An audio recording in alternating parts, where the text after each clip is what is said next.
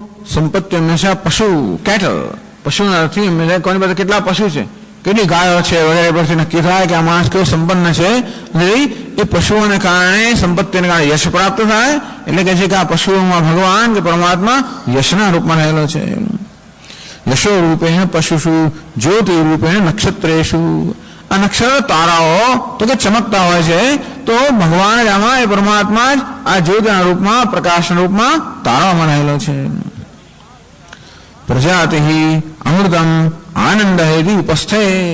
ઉપસ્થિત જનનેન્દ્રિયમાં પરમાત્મા પ્રજાતિ એટલે પ્રજા ઉત્પન્ન કરવાની શક્તિ રૂપે અમૃતમ અમૃતના રૂપે રહ્યો છે. અમૃતમ એટલે શું? અમૃતત્વ પ્રાપ્તિ. એ અમૃતત્વની પ્રાપ્તિ કરાવે. કે પુત્રેણ તો પ્રજા એટલે પુત્ર ઉત્પન્ન કરવાની શક્તિ એ દ્વારા ઉપસ્થેન્દ્રિય છે એ પુત્રની પ્રાપ્તિ કરાવે. અને પુત્ર શું કરે? ઋણ વિમોચન દ્વારા પિતાના ઋણનું વિમોચન કરે. નહીં તો પિતાને સ્વર્ગ પ્રાપ્ત ના થાય. પિતાને પિતૃલોક કે સ્વર્ગ પ્રાપ્ત ના થાય. જેના માર્ગમાં આ બધા અવરોધો હોય, કંઈક દેવ મૂકીને ગયો હોય, કશું કરવાનું મૂકીને ગયો હોય પિતા, અને તો પછી આ દેવું કે ઋણ જે છે એના માર્ગમાં આવે અને પિતૃલોકમાં કે સ્વર્ગમાં જતા રોકે. એને પુત્ર જે હોય છે પિતાના ઋણનું વિમોચન કરે. પિતૃ મોક્ષ દ્વારા પિતૃ અમૃતત્વ પ્રાપ્તિ. પુત્રનો જન્મ થવાને કારણે પિતાનું જે ઋણ છે એ ઋણનું વિમોચન થાય. એ દ્વારા પિતાને જે અમૃતત્વની સ્વર્ગની પ્રાપ્તિ થાય છે. સાત્ર અમૃત પદેને વિવક્ષતા. એ અમૃતત્વની પ્રાપ્તિ જે થાય પુત્ર દ્વારા ઋણ વિમોચન થવાને કારણે એ ઋણ વિમોચન પુત્ર કરે. એ પુત્ર ઉપસ્થેન્દ્રિયને કારણે અને માટે એ અમૃતત્વની પ્રાપ્તિ છે એ ઉપસ્થમાં છે. આ પ્રકારે પરમાત્માની ઉપાસના કરવી. આનંદ સુખમિતિ સર્વમ. અને આનંદ પણ આ સર્વ ઉપસ્થ નિમિત્તમ બ્રહ્મૈવ અનેનાત્મા ઉપસ્થિત પ્રતિષ્ઠિતમ. આ બધા રૂપમાં બ્રહ્મ જ ઉપસ્થેન્દ્રિયમાં રહેલું છે. એ પ્રકારે બ્રહ્મની ઉપાસના કરવી જોઈએ. સર્વમિત્યાકાશે એ સમજાવે છે. સર્વમ હિ આકાશે પ્રતિષ્ઠિતમ અતઃ યત સર્વમ આકાશે તદ્બ્રહ્મૈવ ઇત્યુપાસ્યમ તચ્ચ આકાશમ બ્રહ્મૈવ તસ્માત તત્સર્વસ્ય પ્રતિષ્ઠા ઇત્યુપાસિત પ્રતિષ્ઠા ગુણોપાસનાદ પ્રતિષ્ઠાવાન ભવતિ.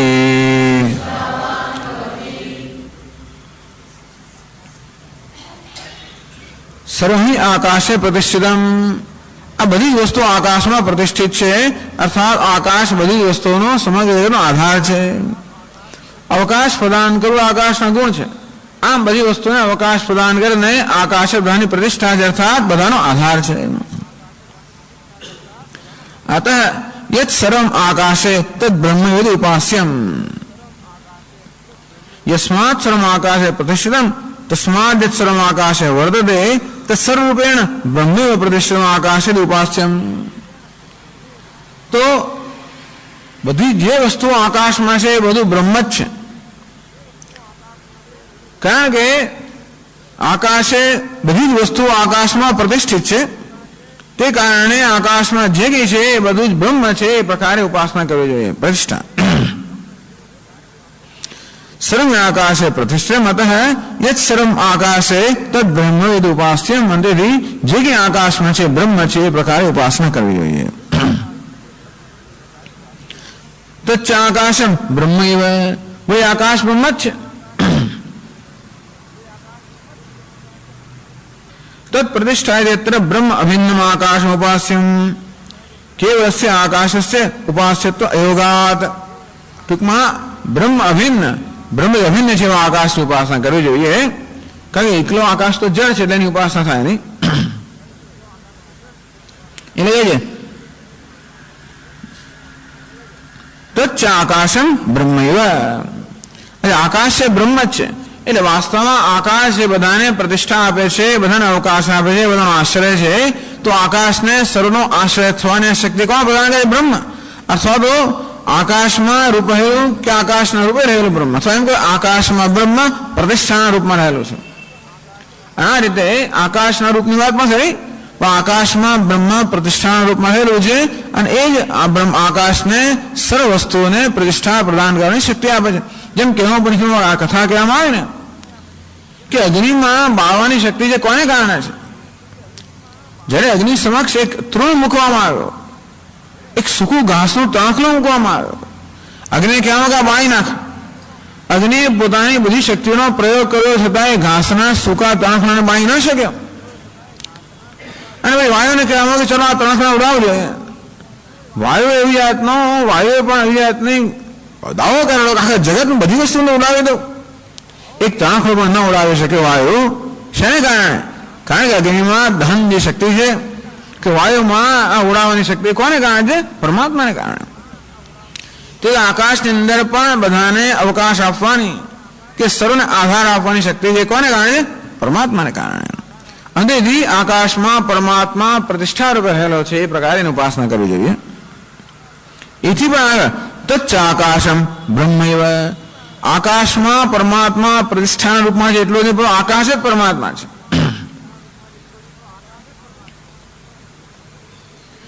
વ્યાપકત્વ, નિર્લેપત્વ, નિરવયવત્વ, સૂક્ષ્મત્વ, સર્વાશ્રયત્વાદ રૂપ લક્ષણ સામ્યેન આકાશસ્ય બ્રહ્મ અભિન્નત્વ સંભવાદ. તો આકાશ જ બ્રહ્મ છે કઈ રીતે? તો જો વ્યાપકત્વ, બ્રહ્મ કેવું છે? સર્વવ્યાપક છે. આકાશ પણ સર્વવ્યાપક છે. નિર્લેપત્વ, અસંગોયમ પુરુષ, આ બ્રહ્મ નિર્લેપ છે. કશાથી પાપ પુણ્ય કશે લેપાયમાન થતું નથી, તેનો આકાશ પણ નિર્લેપ છે. આકાશમાં ઠંડી ગરમી શું તો ગંદકી કે સુગંધ જે કંઈ હોય એ બધા આકાશ કેવું છે? નિર્લિપ્ત છે. નિરવયવ, આકાશના આ કોઈ અંગ નથી, અવિભક્ત છે. આકાશના વિભાગ ના કરી શકાય. બ્રહ્મમાં કેવું છે? નિરવયવ, અવિભક્ત, જેને વિભાગ ન કરી શકાય. સૂક્ષ્મત્વ, આકાશ બધા જ મહાભૂતોમાં સૂક્ષ્મ છે. તો બ્રહ્મ તો આકાશનું કોઈ આનું કારણે સૂક્ષ્મ અતિ સૂક્ષ્મ છે. સર્વાશ્રયત્વ, આકાશ બધાને આશ્રય આપનારું છે, અને બ્રહ્મ તો બધાનો આશ્રય છે. તો આકાશમાં ને બ્રહ્મમાં સામ્ય છે. સામ્યને આકાશસ્ય બ્રહ્મ અભિન્નત્વ સંભવાત. આમ બ્રહ્મમાં આકાશમાં આ બધી સમાનતા હોવાના કારણે વાસ્તવમાં બ્રહ્મ આકાશ છે. બ્રહ્મભૂતમ આકાશમ, એટલે કહેવામાં આવ્યું કે વાસ્તવમાં બ્રહ્મ જ આકાશ રૂપમાં વ્યક્ત થયું છે. એટલે પહેલા કહેવામાં આવ્યું કે આકાશમાં પ્રતિષ્ઠા જે ગુણ છે એ બ્રહ્મ છે, પછી આગળ કહેવાનું છે કે બ્રહ્મ જ આકાશ છે. તચ્ચ આકાશમ બ્રહ્મૈવ તસ્માત તત્સર્વસ્ય પ્રતિષ્ઠા ઉપાસિત. અને એ બ્રહ્મ સર્વની પ્રતિષ્ઠા છે, એ પ્રકારે બ્રહ્મની ઉપાસના કરવી જોઈએ. કે આકાશના રૂપમાં રહેલું બ્રહ્મ, આકાશના રૂપ પરમાત્મા સર્વની પ્રતિષ્ઠા છે, સર્વનો આશ્રય છે. અને માટે એ રીતે પરમાત્માની એ પ્રતિષ્ઠા એ પ્રકારે ઉપાસના કરવી જોઈએ. પ્રતિષ્ઠાવાન ભવતી, આ પ્રકારે આપણે પરમાત્માનું ધ્યાન કરીને શું ફળ મળે? પ્રતિષ્ઠા ગુણોપાસના પ્રતિષ્ઠાવાન ભવતી. આ બ્રહ્મ પ્રતિષ્ઠા છે, તો બ્રહ્મમાં જે રહેલો પ્રતિષ્ઠાનો પ્રતિષ્ઠા અર્થાત સર્વને આશ્રય આપવાનો જે ગુણ બ્રહ્મમાં રહેલો છે, આકાશના રૂપમાં રહેલો બ્રહ્મ, એ દ્વારા સર્વને પ્રતિષ્ઠા પ્રદાન કરે છે. એવો જે ગુણ બ્રહ્મમાં રહેલો છે, એ ગુણની ઉપાસના કરીએ તો એ ગુણ આપણે પ્રાપ્ત થાય. એટલે પરમાત્માના જે ગુણની આપણે ઉપાસના કરીએ તે ગુણ આપણને પ્રાપ્ત થાય. એમ કહેવાય કે અત્યારે જે ગુણ પ્રાપ્ત થયા છે બધા પરમાત્માની ઉપાસના કારણે પ્રાપ્ત થયા હોય, તે ગુણની ઉપાસના કારણે. પ્રતિષ્ઠાવાન ભવતી અન્નપાનાદિભિ સ્થિતિમાન ભવતી. એ પણ બીજા એવા પ્રતિષ્ઠાઓ બને, એ બીજાને પ્રતિષ્ઠા, એ પણ બીજાને આશ્રય આપનારો બને.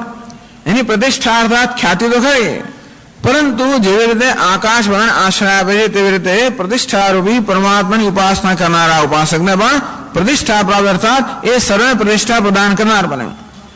અન્નપાનાદિભિ, ખૂબ અન્નપાન વગેરેની પાસે હોય એમ કરીને પ્રતિષ્ઠા પ્રાપ્ત કરે અને બીજાને પણ આશ્રય આપી શકે. આમ થયું શું કે આજે દૈવી ઉપાસનાઓ જે છે એમાં પ્રતિષ્ઠા ઉપાસિત પ્રતિષ્ઠાવાન ભવતી મહાયતિ ઉપાસિત મહાન ભવતી, આ પ્રત્યેક ઉપાસના ફળ કહેવામાં આવે. તો આગળ ક્ષયમયતિ વાચી યોગ ક્ષેમ પ્રાણાપાન. ભાઈ આ વાણીમાં પરમાત્મા ક્ષેમના રૂપમાં છે, પ્રાણાપાનમાં યોગ ક્ષેમના રૂપમાં છે, હાથમાં કર્મના રૂપમાં છે, પગમાં ગતિના રૂપમાં છે. એ ઉપાસના કરવા આપણે કહ્યું તો ખરું, તો એ ઉપાસના કરવાથી એમને લાભ શું? જે કરવાથી કશો લાભ ન મળતો હોય એ વસ્તુ કરી કેવી શકાય? તો ઉપાસના પણ ઘણો પ્રયત્ન માંગી લેતી હોય, તેથી એ પ્રકારની ઉપાસના આગળ આપે કઈ એના માટે કઈ ફળ દર્શાવે નહીં. તો પ્રતિષ્ઠા એ ઉપાસના પ્રતિષ્ઠાવાન ભાવે. આ બ્રહ્મની પ્રતિષ્ઠાના રૂપમાં ઉપાસના કરવાથી મનુષ્ય પ્રતિષ્ઠાવાન બને. તો એ તો તમે કહ્યું એટલે અમે જો પ્રતિષ્ઠામાં રસ હોય એ પ્રકારે ઉપાસના કરીએ, પણ આગળના જે પર્યાયો કયા એમાં આપણે કોઈ પ્રકારનું ફળ કહ્યું નહીં. એટલે અહીં કહે છે ભાષ્યકાર આગળ, એવં પૂર્વેષ્વપી યદ્યત તદધીનં ફલં તદ્બ્રહ્મૈવ તદુપાસનાદ તદ્વાન ભવતિ ઇતિ દ્રષ્ટવ્યં શ્રુત્યંતરાચ્ચ તમ યથા યથા ઉપાસતે તદેવ ભવતિ ઇતિ.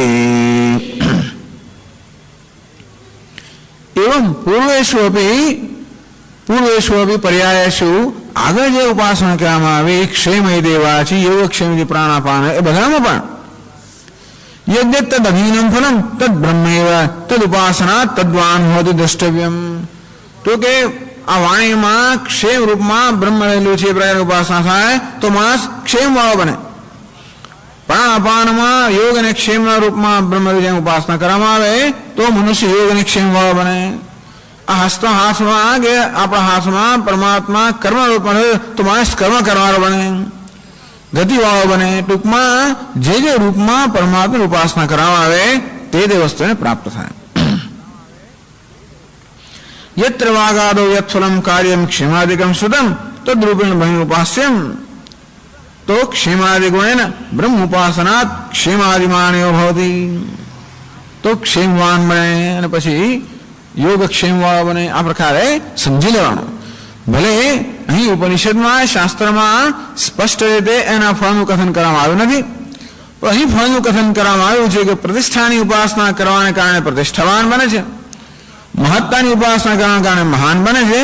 તો સમજી લેવાનું કે ક્ષેમની ઉપાસના કરવાના કારણે ક્ષેમવાળો બને છે, યોગક્ષેમવાળો બને છે, કર્મવાળો બને છે, ગતિવાળો બને છે વગેરે.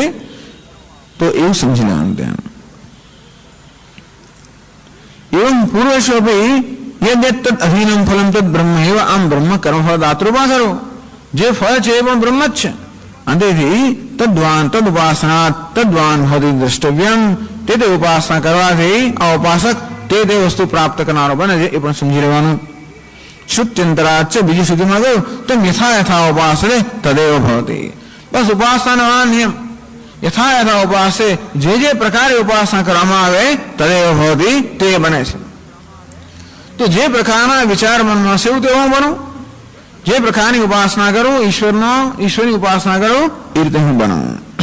અંતેથી જો ક્ષેમની ઉપાસના કરવા હોય તો ક્ષેમવાળા બની વગેરે. બરાબર. પછી આગળ કહે છે તન્મહ ઇત્યુપાસીત મહઃ મહત્વગુણવત તદુપાસીત મહાન ભવતી તન્મનઃ ઇત્યુપાસીત મનનં મનઃ માનવાન ભવતી મન સમર્થો ભવતી. તન્મહઃ ઇત્યુપાસીત. આ મહાનો અર્થ શું કરવાનો? મહત્વ ગુણવત. આ બ્રહ્મ મહત્વ એટલે મહત્તા ધરાવનારું છે. એટલે બ્રહ્મમાં જે આકાશ છે, આકાશ રૂપી જે બ્રહ્મ છે એમાં જ આ બધા ગુણ છે. પ્રતિષ્ઠા એ પણ ગુણ આકાશનો છે, મહાન એ પણ આ ગુણ છે. અંતો તન્મહઃ ઉપાસિત. આકાશના રૂપમાં રહેલું જે બ્રહ્મ છે કે પરમાત્મા છે એ મહાન છે. આકાશમાં મહાનતાનો ગુણ જે છે એ પરમાત્માનો છે. આ પરમાત્માની મહાન રીતનો ઉપાસના કરવામાં આવે તો મહત્વ ગુણવત, મહત્વ ગુણ ધરાવનાર, મહાનતાનો ગુણ ધરાવનાર મહા, તો આ મનુષ્ય પણ મહાન બને. મહા ઇત્યાદો તત્પદમ બ્રહ્મ પરમ તન મહા, આ તદ એટલે બ્રહ્મ, બ્રહ્મ મહા હેતુ ઉપાસિત, આ બ્રહ્મ મહા છે એટલે મહત્વ ગુણ ધરાવનારો છે પ્રકાર ઉપાસના કરવી જોઈએ તો મહાન બૌદ્ધ મનુષ્ય મહાન બને. ટૂંકમાં તદ મહા, તન મનઃ, તન નમઃ, આ પ્રત્યેક તત તત્પદ છે એનો બ્રહ્મ એવો અર્થ કરવાનો. તદ બ્રહ્મ હેત્યેવ ઉપાસિત તતઃ ફલમ. પછી આગળ કહ્યું તન મન હેતુ ઉપાસિત, મનનમ મનઃ, અહીં મન શબ્દનો અર્થ મનન કરવાનો.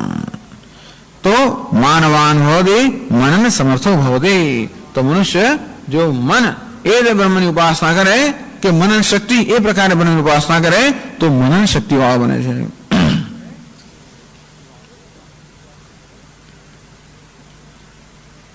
ચાલો આગળ પણ એક પંક્તિ વાંચી તન્નમ ઇત્યુપાસિત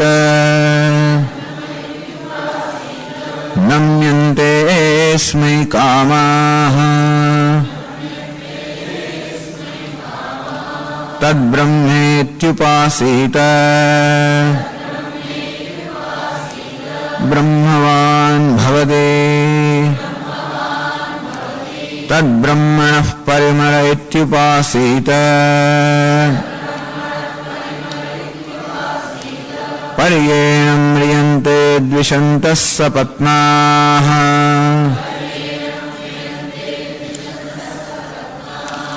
પર્યે પ્રિયા ભ્રાતૃવ્યાઃ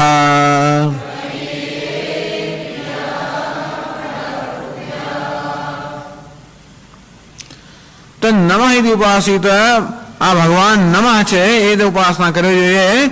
નમ્યન્તે અસ્મિ કામા, બધી કામનાઓ ભોગ્ય પદાર્થોને નમન કરે છે. તદ બ્રહ્મ ઇતિ ઉપાસિત, આ ભગવાન બ્રહ્મ છે અર્થાત વૃદ્ધ છે એટલે કે એટલે વ્યાપક છે. તો બ્રહ્મવાન ભવતી, આ મનુષ્ય બ્રહ્મવાન વ્યાપક થવા બને. તદ બ્રહ્મણ પરિમળ ઇતિ ઉપાસિત, આ બ્રહ્મ છે પરિમળ છે અર્થાત પરિમળ એટલે સંહાર સાધન છે. આ બ્રહ્મ સંહાર કરે એ પ્રકાર ઉપાસના કરે. પર્યેણ મ્રિયન્તે દ્વિષन्तः સપત્નાઃ, તો દ્વિષन्तः સપત્નાઃ પરિમ્રિયન્તે એનમ, આ પ્રકારે આનો દ્વેષ કરનાર જેના પ્રતિસ્પર્ધીઓ હોય તો મૃત્યુ, આ પરમાત્મા સંહારનું સાધન છે પ્રકારે ઉપાસના કરવામાં આવે તો આના જે પ્રતિસ્પર્ધીઓનો દ્વેષ કરનાર હોય એમનું મૃત્યુ થઈ જાય. પર્યે અપ્રિયા ભ્રાતૃવ્યા, જે એના ભાઈ બાંધવ બધા હોય અપ્રિય લોકો હોય એવો મૃત્યુ થઈ જાય. હવે ઉપાસના કરતા હશે લોકો એ સમજાવે છે અહીંયા આગળ. તન્મન ઇત્યુપાસિત, એ તો થઈ ગયું ને. અચ્છા, તન્નમ ઇત્યુપાસિત નમનમ નમઃ નમન ગુણવત તદુપાસિત નમ્યન્તે પ્રહ્વી ભવન્તિ અસ્મૈ ઉપાસિત્રે કામાઃ કામ્યન્તે ઇતિ કામાઃ ભોગ્યા વિષયાઃ ઇત્યર્થઃ. તન્નમઃ ઇતિ ઉપાસિત, નમનમ નમઃ, નમસ્કાર કરો નમન છે. નમન ગુણવત એટલે બ્રહ્મ જ આ નમન ગુણ વાળું છે. સર્વ નમન કરનારો બ્રહ્મ છે એટલે બ્રહ્મ નમનનો પણ ગુણ છે. બધાને નમન કરે, દરેકનું અધિષ્ઠાન છે માટે જે વસ્તુ બધાનો આધાર હોય અને બધાનો આધાર બનવાના કારણે તો જ આપણે આધાર બની શકે. નીચે હોય તો જ આધાર બનીએ ને. કોઈ વસ્તુનો આધાર ક્યારે બનીએ? જ્યારે કોઈ વસ્તુને આપણે ઉપર સ્થાન આપીએ ત્યારે. આમ બ્રહ્મ બધાને નમન કરનારો મળે. ટૂંકમાં નમ્રતાનો ગુણ બ્રહ્મ ધરાવે છે. પરમાત્મા સર્વ નમ્રતાનો ગુણ ધરાવે છે. હવે નમનમ નમઃ નમન ગુણવત તદુપાસિત, આ પ્રકારે બ્રહ્મની નમ્રતા એ પ્રકારે ઉપાસના કરવામાં આવે.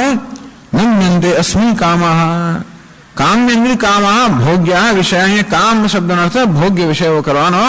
નમ્યન્તે પ્રહ્વી ભવન્તિ અસ્મિ ઉપાસિત્રે, તો આ પ્રકારે બ્રહ્મની નમ્રતાના રૂપમાં ગુણની ઉપાસના કરનાર ઉપાસકને બધી કામના માટે ભોગ્ય વિષયોને નમન કરતી આવે છે.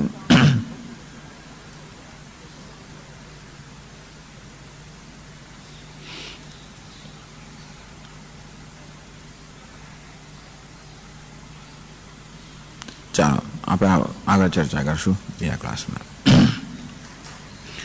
ઓમ પૂર્ણમદ પૂર્ણમિદં પૂર્ણાત પૂર્ણમુદચ્યતે પૂર્ણસ્ય પૂર્ણમાદાય પૂર્ણમેવાવશિષ્યતે. ઓમ શાંતિ શાંતિ શાંતિ. શંકરં શંકરાચાર્યં કેશવં બાદરાયણં સૂત્રભાષ્યકૃતૌ વંદે ભગવन्तૌ પુનઃ પુનઃ. ઈશ્વરો ગુરુરાત્મેતિ મૂર્તિભેદવિભાગિને વ્યોમવદ્વ્યાપ્તદેહાય દક્ષિણામૂર્તયે નમઃ. ઓમ શાંતિ શાંતિ શાંતિ. હરિ ઓમ શ્રી ગુરુભ્યો નમઃ. હરિ ઓમ. કહેવામાં આવે જુદી જુદી ઉપાસના ફલ અનવિસંધિના અનુષ્ઠિતમ બુદ્ધિશુદ્ધિ દ્વારા બ્રહ્મજ્ઞાનાય ઉપકરોતિ. આ ઉપાસના ઈશ્વરની ઉપાસના, સગુણ બ્રહ્મની ઉપાસના. તો એના માટે કોઈને કોઈ પ્રકારનો પણ આલંબન આપવામાં આવ્યો. આ ઉપાસના પણ ફલ અનવિસંધિના અનુષ્ઠિતમ. આ ઉપાસના પણ જ્યારે ફળની અનુસંધિ અર્થાત અભિસંધિ અર્થાત ફળની આસક્તિ વગર કરવામાં આવે. બુદ્ધિ શુદ્ધિ દ્વારા તો અંતઃકરણ શુદ્ધિ દ્વારા બ્રહ્મજ્ઞાનાય ઉપકરોતિ. તો બ્રહ્મ જ્ઞાન માટે ઉપકારી બને અર્થાત બ્રહ્મ જ્ઞાન માટેનું સાધન બને. ઇત્યુક્તમ. મુખ્યાધિકારીણસ્તુ અપવાદાય ઉપકરિષ્યતિ. એ જે મંદ અધિકારી છે કે મધ્યમ અધિકારી છે જેને અંતઃકરણ શુદ્ધિની આવશ્યકતા છે એના ઉપાસનાઓ બુદ્ધિ શુદ્ધિ દ્વારા જ્ઞાનનું સાધન બને. જે મુખ્ય અધિકારી છે અર્થાત જેનું અંતઃકરણ શુદ્ધ છે એને અપવાદાય ઉપકરિષ્યતિ.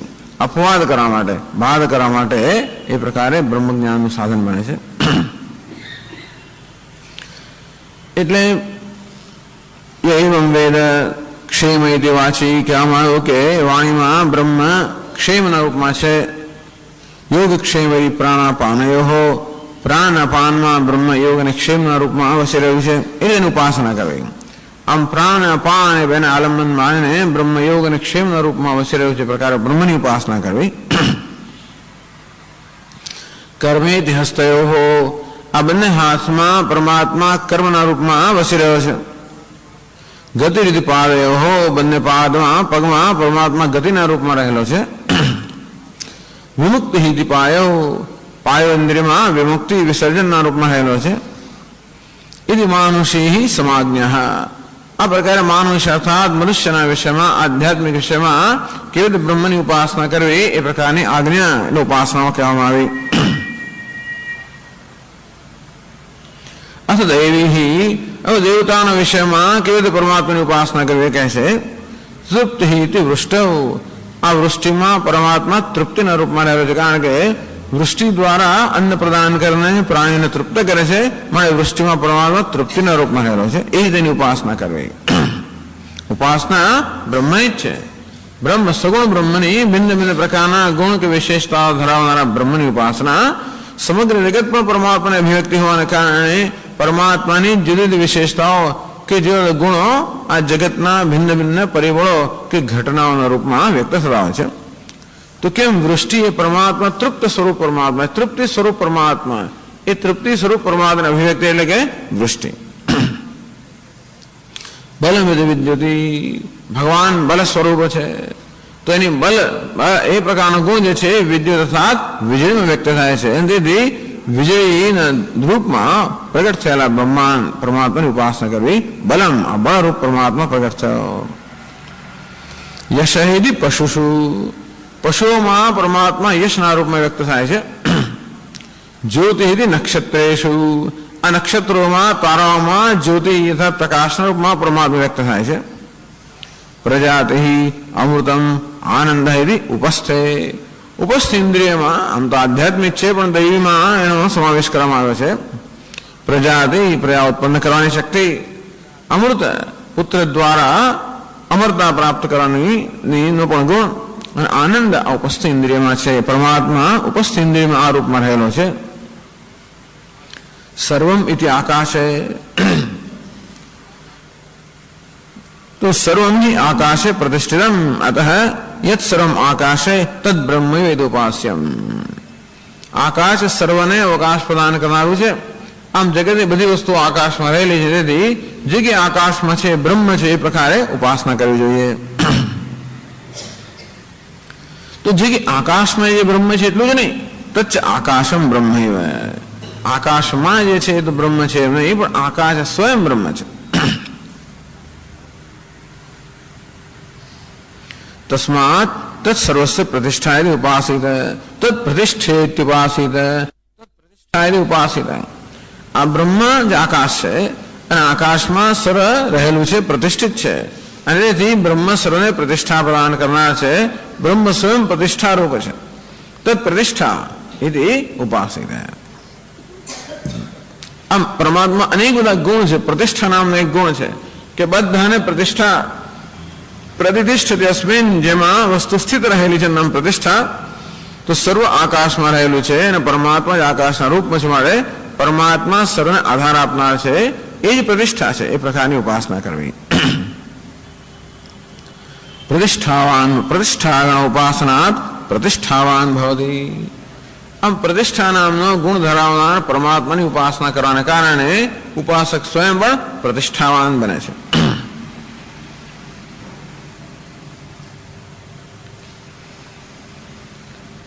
अन्नपानादि भी स्थितिमान भवति।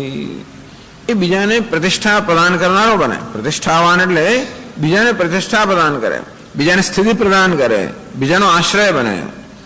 एटले के अन्नपानादि भी अन्न जल वगैरह थी बीजानो आश्रय बने। स्थितिमान बीजाने स्थिति प्रदान करनारो बने एटले प्रतिष्ठा। जेम परमात्मा बने प्रतिष्ठा प्रदान करे छे ते रीते ए प्रकारनी उपासना करनार आ साधक में बीजाने प्रतिष्ठा आपनारो बने। प्रतिष्ठा एटले के स्थान आपनारो बने।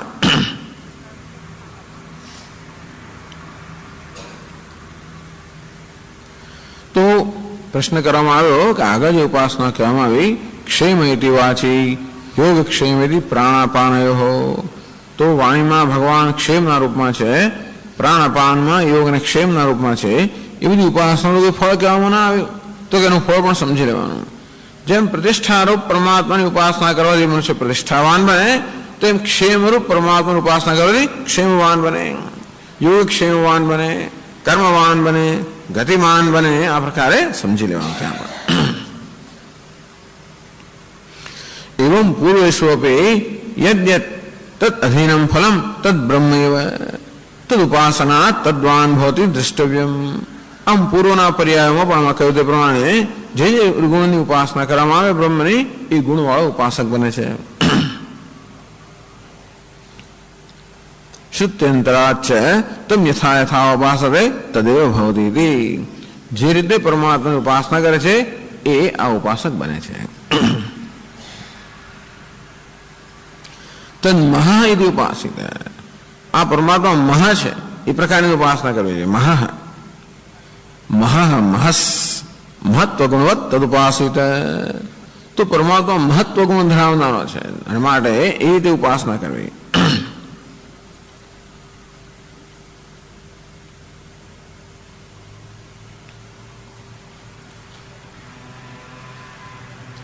महान भवति तो એટલે ભગવાન મહાનતાનો ગુણ ધરાવનારો છે।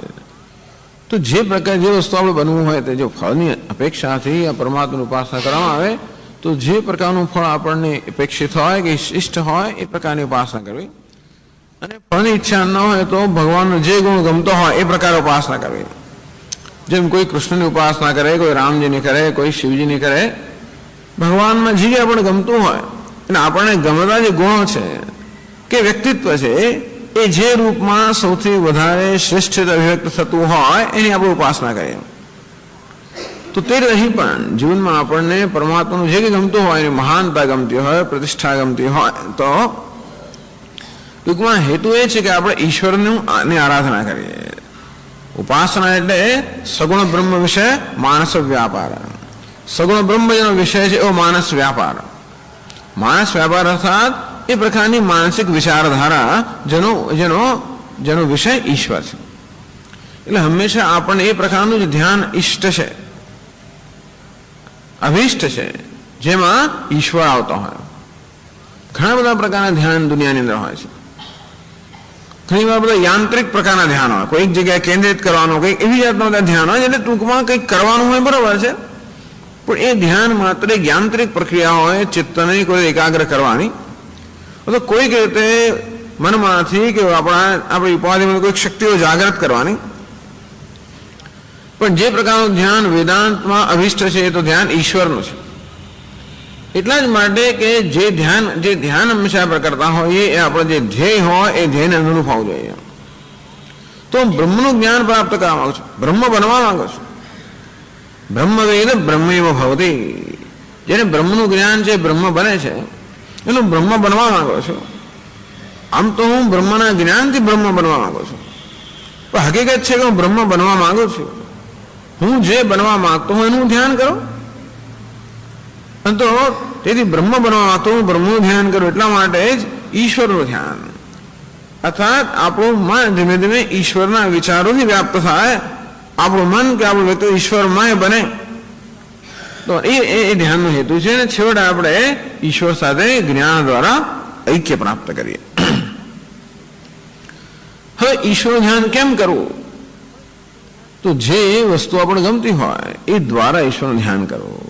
એટલે આપણે પ્રતિષ્ઠા ગમે છે, મહાનતા ગમે છે, કંઈ પણ ગમતું હોય, જેમ પ્રેમ ગમતું હોય, સૌંદર્ય ગમતું હોય, માધુર્ય ગમતું હોય, તો આપણે શ્રી કૃષ્ણની ઉપાસના કરતા હોઈએ. કે સત્ય ગમતું હોય, ધર્મ ગમતો હોય તો રામજીની ઉપાસના કરીએ, કે વૈરાગ્ય ગમતો હોય, અસંગતા ગમતી હોય તો શિવજીની ઉપાસના કરીએ, કે શક્તિ ગમતી હોય તો આપણે દેવની ઉપાસના કરીએ. આમ જે વસ્તુ આપણે ગમતી હોય, જે આપણને આનંદ આપતી હોય, તો જે આપણામાં શ્રદ્ધા અને ભક્તિભાવ જાગૃત કરતો હોય, એવો જે ગુણ છે એ ગુણ દ્વારા આપણે પરમાત્માની ઉપાસના કરીએ. આમ પિતા માતા જે ખ્યાલ મારામાં ભક્તિભાવ શ્રદ્ધા ઉત્પન્ન કરતો હોય એ દ્વારા હું પરમાત્માની ઉપાસના કરું. તમ યથા યથા ઉપાસતે તદેવ ભવતી. એટલે નિયમ છે કે જે રીતે ઈશ્વરની ઉપાસના કરવામાં આવે છે એ આ મનુષ્ય બનતો હોય છે. ટૂંકમાં જીવનમાં જેની ઉપાસના કરો, જેની તો તાદાત્મ્ય છે એવું બનો, તો ઈશ્વર સાથે તાદાત્મ્ય સેવીએ. તો ભગવાનના જ્ઞાન પહેલાનું પગથિયું ભગવાન સાથે તાદાત્મ્ય. આ ભગવાન બનવાનો એક પ્રયત્ન છે, ઈશ્વર બનવાનો પ્રયત્ન છે. એના કોઈક વિશેષ દ્વારા, ગુણ દ્વારા, રૂપ દ્વારા ઈશ્વરની આરાધના, એની સાથેની એનું તાદાત્મ્ય.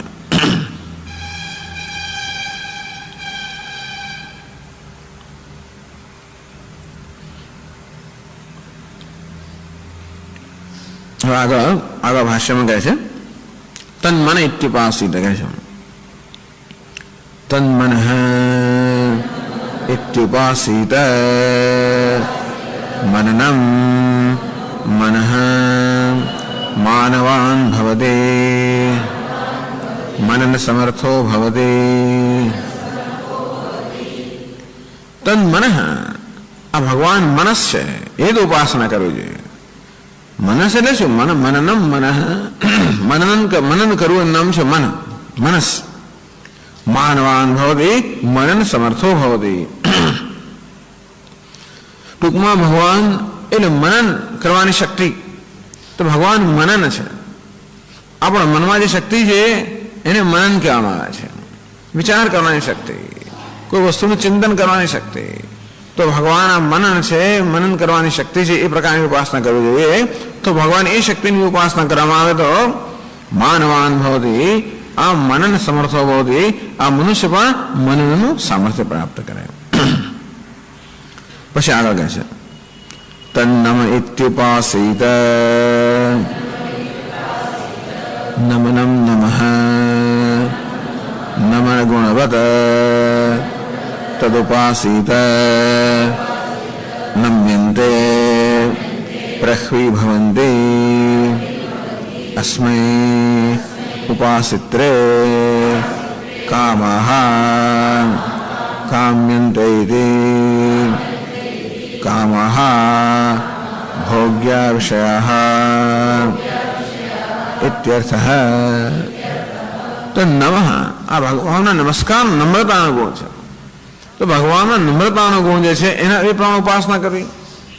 નમનમ નમઃ આ નમન કરવું નામ નમઃ. નમન ગુણવત તદુપાસિત. ભગવાન બધાને નમન કરે છે એ પણ ખરું. બધા એને નમન કરે છે એ પણ બધાને નમન કરે છે. એ બધાને નમન કરે બધાને અનુકૂળ થાય છે. જરૂર ઉપાધિને પણ કેવું અનુકૂળ થાય છે ને. જેમ સ્ફટિક જે પ્રકારનો રંગ એની સમક્ષ મૂકવામાં આવ્યો હોય એની સમીપમાં મૂકવામાં આવ્યો હોય એને અનુકૂળ થઈને એને જેવું દેખાય તે રીતે પરમાત્મા પણ જે ઉપાધિ હોય ઉપાધિને અનુકૂળ થઈને એને જેવું બની જતા હોય છે. કેટલી નમ્રતા. અર્થાત એનું કોઈ સ્વયં વ્યક્તિત્વ છે જ નહીં. જે કોઈ વ્યક્તિત્વ હોય એના જેવું જે એ પ્રકારનું રૂપે ધારણ કરી લેતો હોય છે. આમ ભગવાન બધાને નમન કરતા હોય છે, નમસ્કાર કરતા હોય છે. અને તેઓ બસ ભગવાન બધા નમસ્કાર કરે છે, નમ્ર છે. તો ઈશ્વરમાં નમ્રતાનો જે ગુણ છે એ પ્રકારે ઈશ્વરની ઉપાસના કરીએ તો નમ્યન્તે પ્રહ્વીભવંતિ. એટલે હું સતત ભગવાનને નમસ્કાર કરે કરતો તો પછી મને પણ નમસ્કાર પ્રાપ્ત થાય. નમનમ નમઃ નમન ગુણવત તદુપાસિત. એમ બધા ભગવાન નમસ્કાર યોગ્ય છે અને હું સતત નમસ્કાર ભગવાનને કરતો તો મને પણ નમસ્કાર પ્રાપ્ત થાય. નમ્યન્તે અસ્મૈ કામાઃ અસ્મૈ ઉપાસિત્રે. આ ઉપાસક છે એને બધા કામાઃ ભોગ્ય વિષયા નમ્યન્તે. જગતના બધા ભોગ વિષયો મને નમન કરે અર્થાત એ બધા મને અનુકૂળ બને એમ કહી શકાય. અથવા તો ભગવાનને નમ્રતાના ગુણની ઉપાસના કરો તો આ જગતના ભોગ્ય વિષયો નમ્ર બની જાય અને એ પ્રકારે મારી સમક્ષ નમ્ર બની જાય. મને નમન કરે અર્થાત મને પ્રાપ્ત થાય. પછી આગળ કહે છે તદ્બ્રહ્મેત્યુપાસીત બ્રહ્મ પરિવૃતમમ ઇતિ ઉપાસીત બ્રહ્મવાન તદ્ગુણો ભવતે. આ પરમાત્મા બ્રહ્મ છે. બ્રહ્મ છે ઉપાસના કરવી. બ્રહ્મ એટલે બૃહ ધાતુમાંથી બ્રહ્મ શબ્દ નિષ્પન્ન થયો. બૃહી વૃદ્ધો બૃહ ધાતુ વૃદ્ધિના અર્થમાં છે. જે સૌથી વધારે વૃદ્ધ છે, વધેલું છે, સૌથી વધારે વિશાળ છે. એટલે તો પરિવૃઢમ બ્રહ્મ પરિવૃઢમ. પરિવૃઢ વધેલું, વૃદ્ધિ પામેલું, ચારે બાજુ વૃદ્ધિ પામેલું. પરિવૃઢ તમામ સર્વ રીતે સૌથી વધારે ચારે બાજુ વૃદ્ધિ પામેલું એને પરિવૃઢ તમામ એટલે બ્રહ્મ. બ્રહ્મ સર્વથી વૃદ્ધિ પામેલું છે, વધેલું છે એટલે વ્યાપક છે. એ પ્રકારે બ્રહ્મની વ્યાપકતા મહાનતા એ પ્રકારની ઉપાસના કરવી. પરિવૃઢમ વિરાળાત્મક ઇત્યર્થ. વિરાટ જે સર્વત્ર વ્યાપ્ત છે તો બ્રહ્મની વ્યાપકતાના રૂપમાં અથવા તો વૃદ્ધિના રૂપમાં ઉપાસના કરવી. ભગવાન કયો છે બધી બાજુ વધેલો છે અથવા બધી બાજુ ફેલાયેલો છે એ પ્રકારની ઉપાસના કરવી. તો બ્રહ્મવાન ભવતી તદ્ગુણો ભવતી. આ મનુષ્ય પણ બ્રહ્મવાન એટલે બ્રહ્મવાળો બને. બ્રહ્મના ગુણ બ્રહ્મરૂપી ગુણ ધરાવનાર થાય. એ બ્રહ્મ શબ્દ પરમાત્માના અર્થમાં આપણો નથી આવ્યો. બ્રહ્મ શબ્દ એના યૌગિક અર્થમાં બૃહત્વાદ બ્રહ્મ. જે બૃહી વૃદ્ધો એટલે જે વૃદ્ધિ પામેલું છે કે વૃદ્ધિ સ્વરૂપ એનું નામ બ્રહ્મ.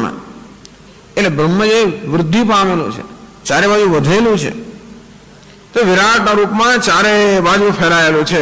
એ રીતે ભગવાનની ઉપાસના કરવાથી બ્રહ્મણ વિરાજો ગુણ ભોગ તદ્વાન ભવતી. તો વિરાટ જો પરમાત્માને વિરાટના રૂપમાં ઉપાસના કરવામાં આવે તો વિરાટને જે પ્રકારના ભોગ પ્રાપ્ત છે એને પ્રાપ્ત થાય. બ્રહ્મવાન ભવતી અથવા એની પણ વૃદ્ધિ થાય, એનો પણ ફેલાવો થાય. પછી આગળ કહે છે તદ્બ્રહ્મણઃ પરિમળઃ ઇત્યુપાસીત બ્રહ્મણઃ પરિમળઃ પરિમ્રિયન્તે અસ્મિन् પંચદેવતાઃ विद्युत वृष्टिः चंद्रमाः आदित्यः अग्निः इत्येताः अतः वायुः परिमरः श्रुत्यंतर प्रसिद्धेः स एष एवायं वायुः आकाशेन अनन्यः इति आकाशः ब्रह्मणः परिमरः तम आकाशं वायवात्मनं ब्रह्मणः परिमरः इत्युपासीत। तद ब्रह्मणः परिमरः, परिमरः ने संहार साधनम, परिमर संहार साधनम, संहार करो साधन। तो એ બ્રહ્મનું સંહાર કરવાનું સાધન છે આકાશ, તો એટલે આકાશ બ્રહ્મનું સંહાર કરવાનું સાધન છે. એ પ્રકારે બ્રહ્મની ઉપાસના કરવી જોઈએ. બ્રહ્મ પણ બધાનો સંહાર કરતો હોય છે અને બ્રહ્મ આકાશ દ્વારા બધાનો સંહાર કરે છે. એ રીતે આકાશ રૂપી બ્રહ્મની ઉપાસના કરવી જોઈએ. અહીં આકાશના રૂપમાં રહેલા બ્રહ્મની આપણી ઉપાસના છે. મહાન ભવતી નમનવાન ભવતી વગેરે. પરિમરઃ બ્રહ્મણઃ પરિમરઃ, પરિમર કોણ કહે? પરિમ્રિયંતે અસ્મિન, જેમાં બધાએ સારી રીતે મરી જાય છે દેવતાઓ. પંચ દેવતા, પાંચ દેવતાઓ જેમાં મૃત્યુ પામે છે. પાંચ દેવતાઓને જે કોળીઓ કરી જાય છે, ભક્ષણ કરી જાય છે, એને પરિમર કહેવામાં આવ્યું. કયા પાંચ દેવતાઓ? વિદ્યુત વૃષ્ટિ ચંદ્રમા આદિત્ય અગ્નિ.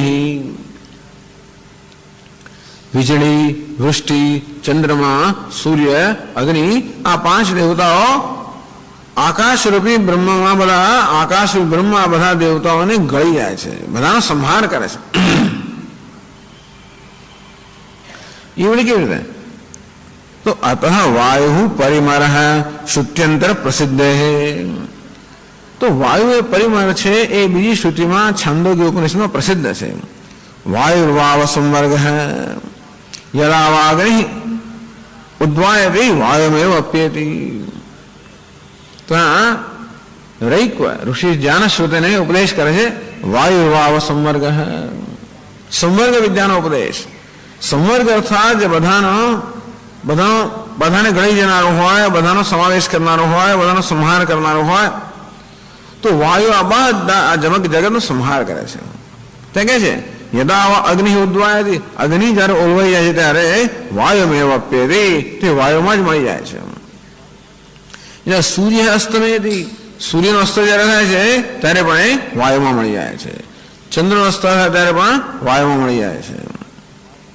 જળ પણ સુકાઈ જાય ત્યારે વાયુમાં મળી જાય છે. કોઈ કે સૂર્યનો અસ્ત તો વાયુમાં ક્યાં મળી જાય? અગ્નિ, વાયુમાંથી અગ્નિ ઉત્પન્ન થયો છે એટલે અગ્નિ કાર્ય છે, વાયુ કારણ છે, એટલે કાર્ય છે એ કારણમાં મળી જાય. એક રીતે એટલે પ્રલય જયારે થાય ત્યારે પૃથ્વી જલ મેં, જળ અગ્નિ મેં, પૃથ્વી જળમાં, જળ અગ્નિમાં, અગ્નિ વાયુમાં, વાયુ આકાશમાં, આ પ્રકારે લય થતો હોય છે. તો તેવી રીતે આ સૂર્ય છે, ચંદ્ર છે, અગ્નિ છે, બધા અગ્નિ રૂપ છે ને. એ માટે પ્રલય કાળમાં એ બધા વાયુની અંદર મળી જતા હોય છે. જળ અગ્નિમાં, અગ્નિ દ્વારા વાયુમાં, એ રીતે. અથવા શંકરાચાર્ય એમ કહે છે કે વાયુ, બધી ગતિ વાયુને કારણે છે. આ સૂર્ય ફરી રહ્યો છે વાયુને કારણે. વાયુને લઈ જાય છે, અસ્ત કેમ થઈ જાય? સૂર્યને, ચંદ્રને બધાને વાયુ લઈ જતો ગતિ. અને જુદી રીતે આપણે સમજી શકીએ. ટૂંકમાં વાયુ જે સંવર્ગ, આ વાયુ બધાનો કોળિયો કરી જાય, ગ્રસન કરી જનાર છે. વાયુ એવા એતાન સર્વાન સંવૃત્તે, આ વાયુ બધાનો પોતાનામાં સમાવેશ કરી રાખે છે. અને વળી જયારે બીજા કલ્પની સૃષ્ટિ થાય ત્યારે વળી પાછો પોતાના બધાને પ્રગટ કરે છે. સુંદર એક દ્રષ્ટિ છે. કુદરતમાં જે પ્રક્રિયાઓ ચાલી રહી છે વળી એક સુંદર દ્રષ્ટિ આપણને આપે છે. અને આ આધ્યાત્મિક આપણા સ્તરની અંદર પણ આ પ્રાણ જે છે, આપણે જયારે સુઈ જઈએ ત્યારે બધી જ ઇન્દ્રિયો એક પછી એક બધી મળી જતી હોય છે. એક પ્રાણ જ માત્ર જાગ્રત હોય છે. અગ્નિ એટલે વાણી, પેલા વાણી વાઘ ઇન્દ્રિય છે એ શાંત થઈ જાય. સૂર્ય, સૂર્ય એટલે ચક્ષુ, કર્મેન્દ્રિય, જ્ઞાનેન્દ્રિયો એ પણ ધીમે ધીમે બધી લીન થઈ જાય. ચંદ્રમા એટલે મન પણ લીન થઈ જાય. આમ બધી આધ્યાત્મિક સ્તર પર પણ આ બધા દેવતાઓ છે, બધા પ્રાણ, જે પ્રાણ જે ચાલુ રહેતો હોય છે સુષુપ્તિમાં, બાકીના બધા દેવતા ઊંઘી ગયા, બધા લય થઈ ગયા હોય ત્યારે પણ આ પ્રાણ જે છે એ વાયુ ચાલુ રહેતો હોય છે. એટલે વાયુ જાગ્રત છે અને આ બધા દેવતાઓમાં લીન થઈ ગયા. આમ આધ્યાત્મિક સ્તરે, આધ્યાત્મિક સ્તરે આ વાયુને સંવર્ગ કહેવામાં આવ્યો. સંવૃણકતે, જે પોતાના સંવૃત્તે, જે પોતાના બધાનું પોતાનામાં સમાવેશ કરે છે એનું નામ સંવર્ગ. એટલે આ રીતે ઈશ્વર વાયુમાં આ પ્રકારની શક્તિ કોને કારણે છે? વાયુ આ બધાનો પોતાનામાં સમાવેશ કરતો કોને કારણે? બ્રહ્મને કારણે. એટલે બ્રહ્મ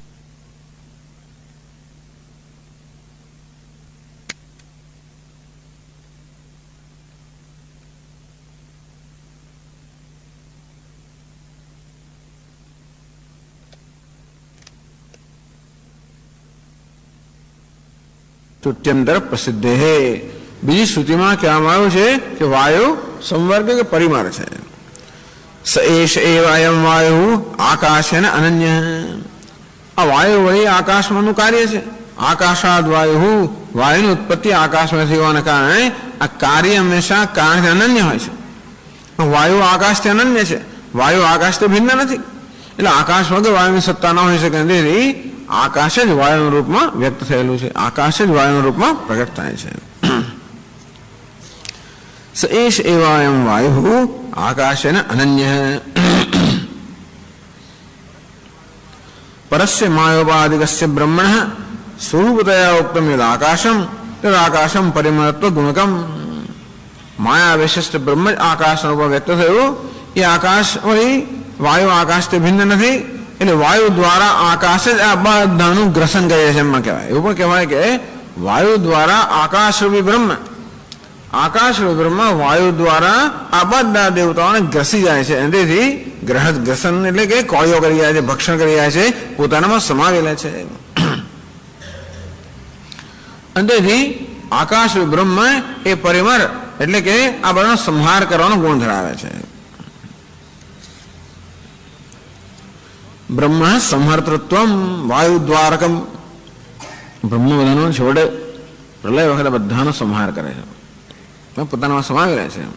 અંદરથી એ શનિ દ્વારા કહે છે વાયુ દ્વારા અને આકાશ દ્વારા. અને માટે આકાશ બ્રહ્મ પરમાત્માનો પરિમાર છે, સંહાર સાધન છે. એ દ્વારા બ્રહ્મ સમગ્ર જગતનો સંહાર કરે.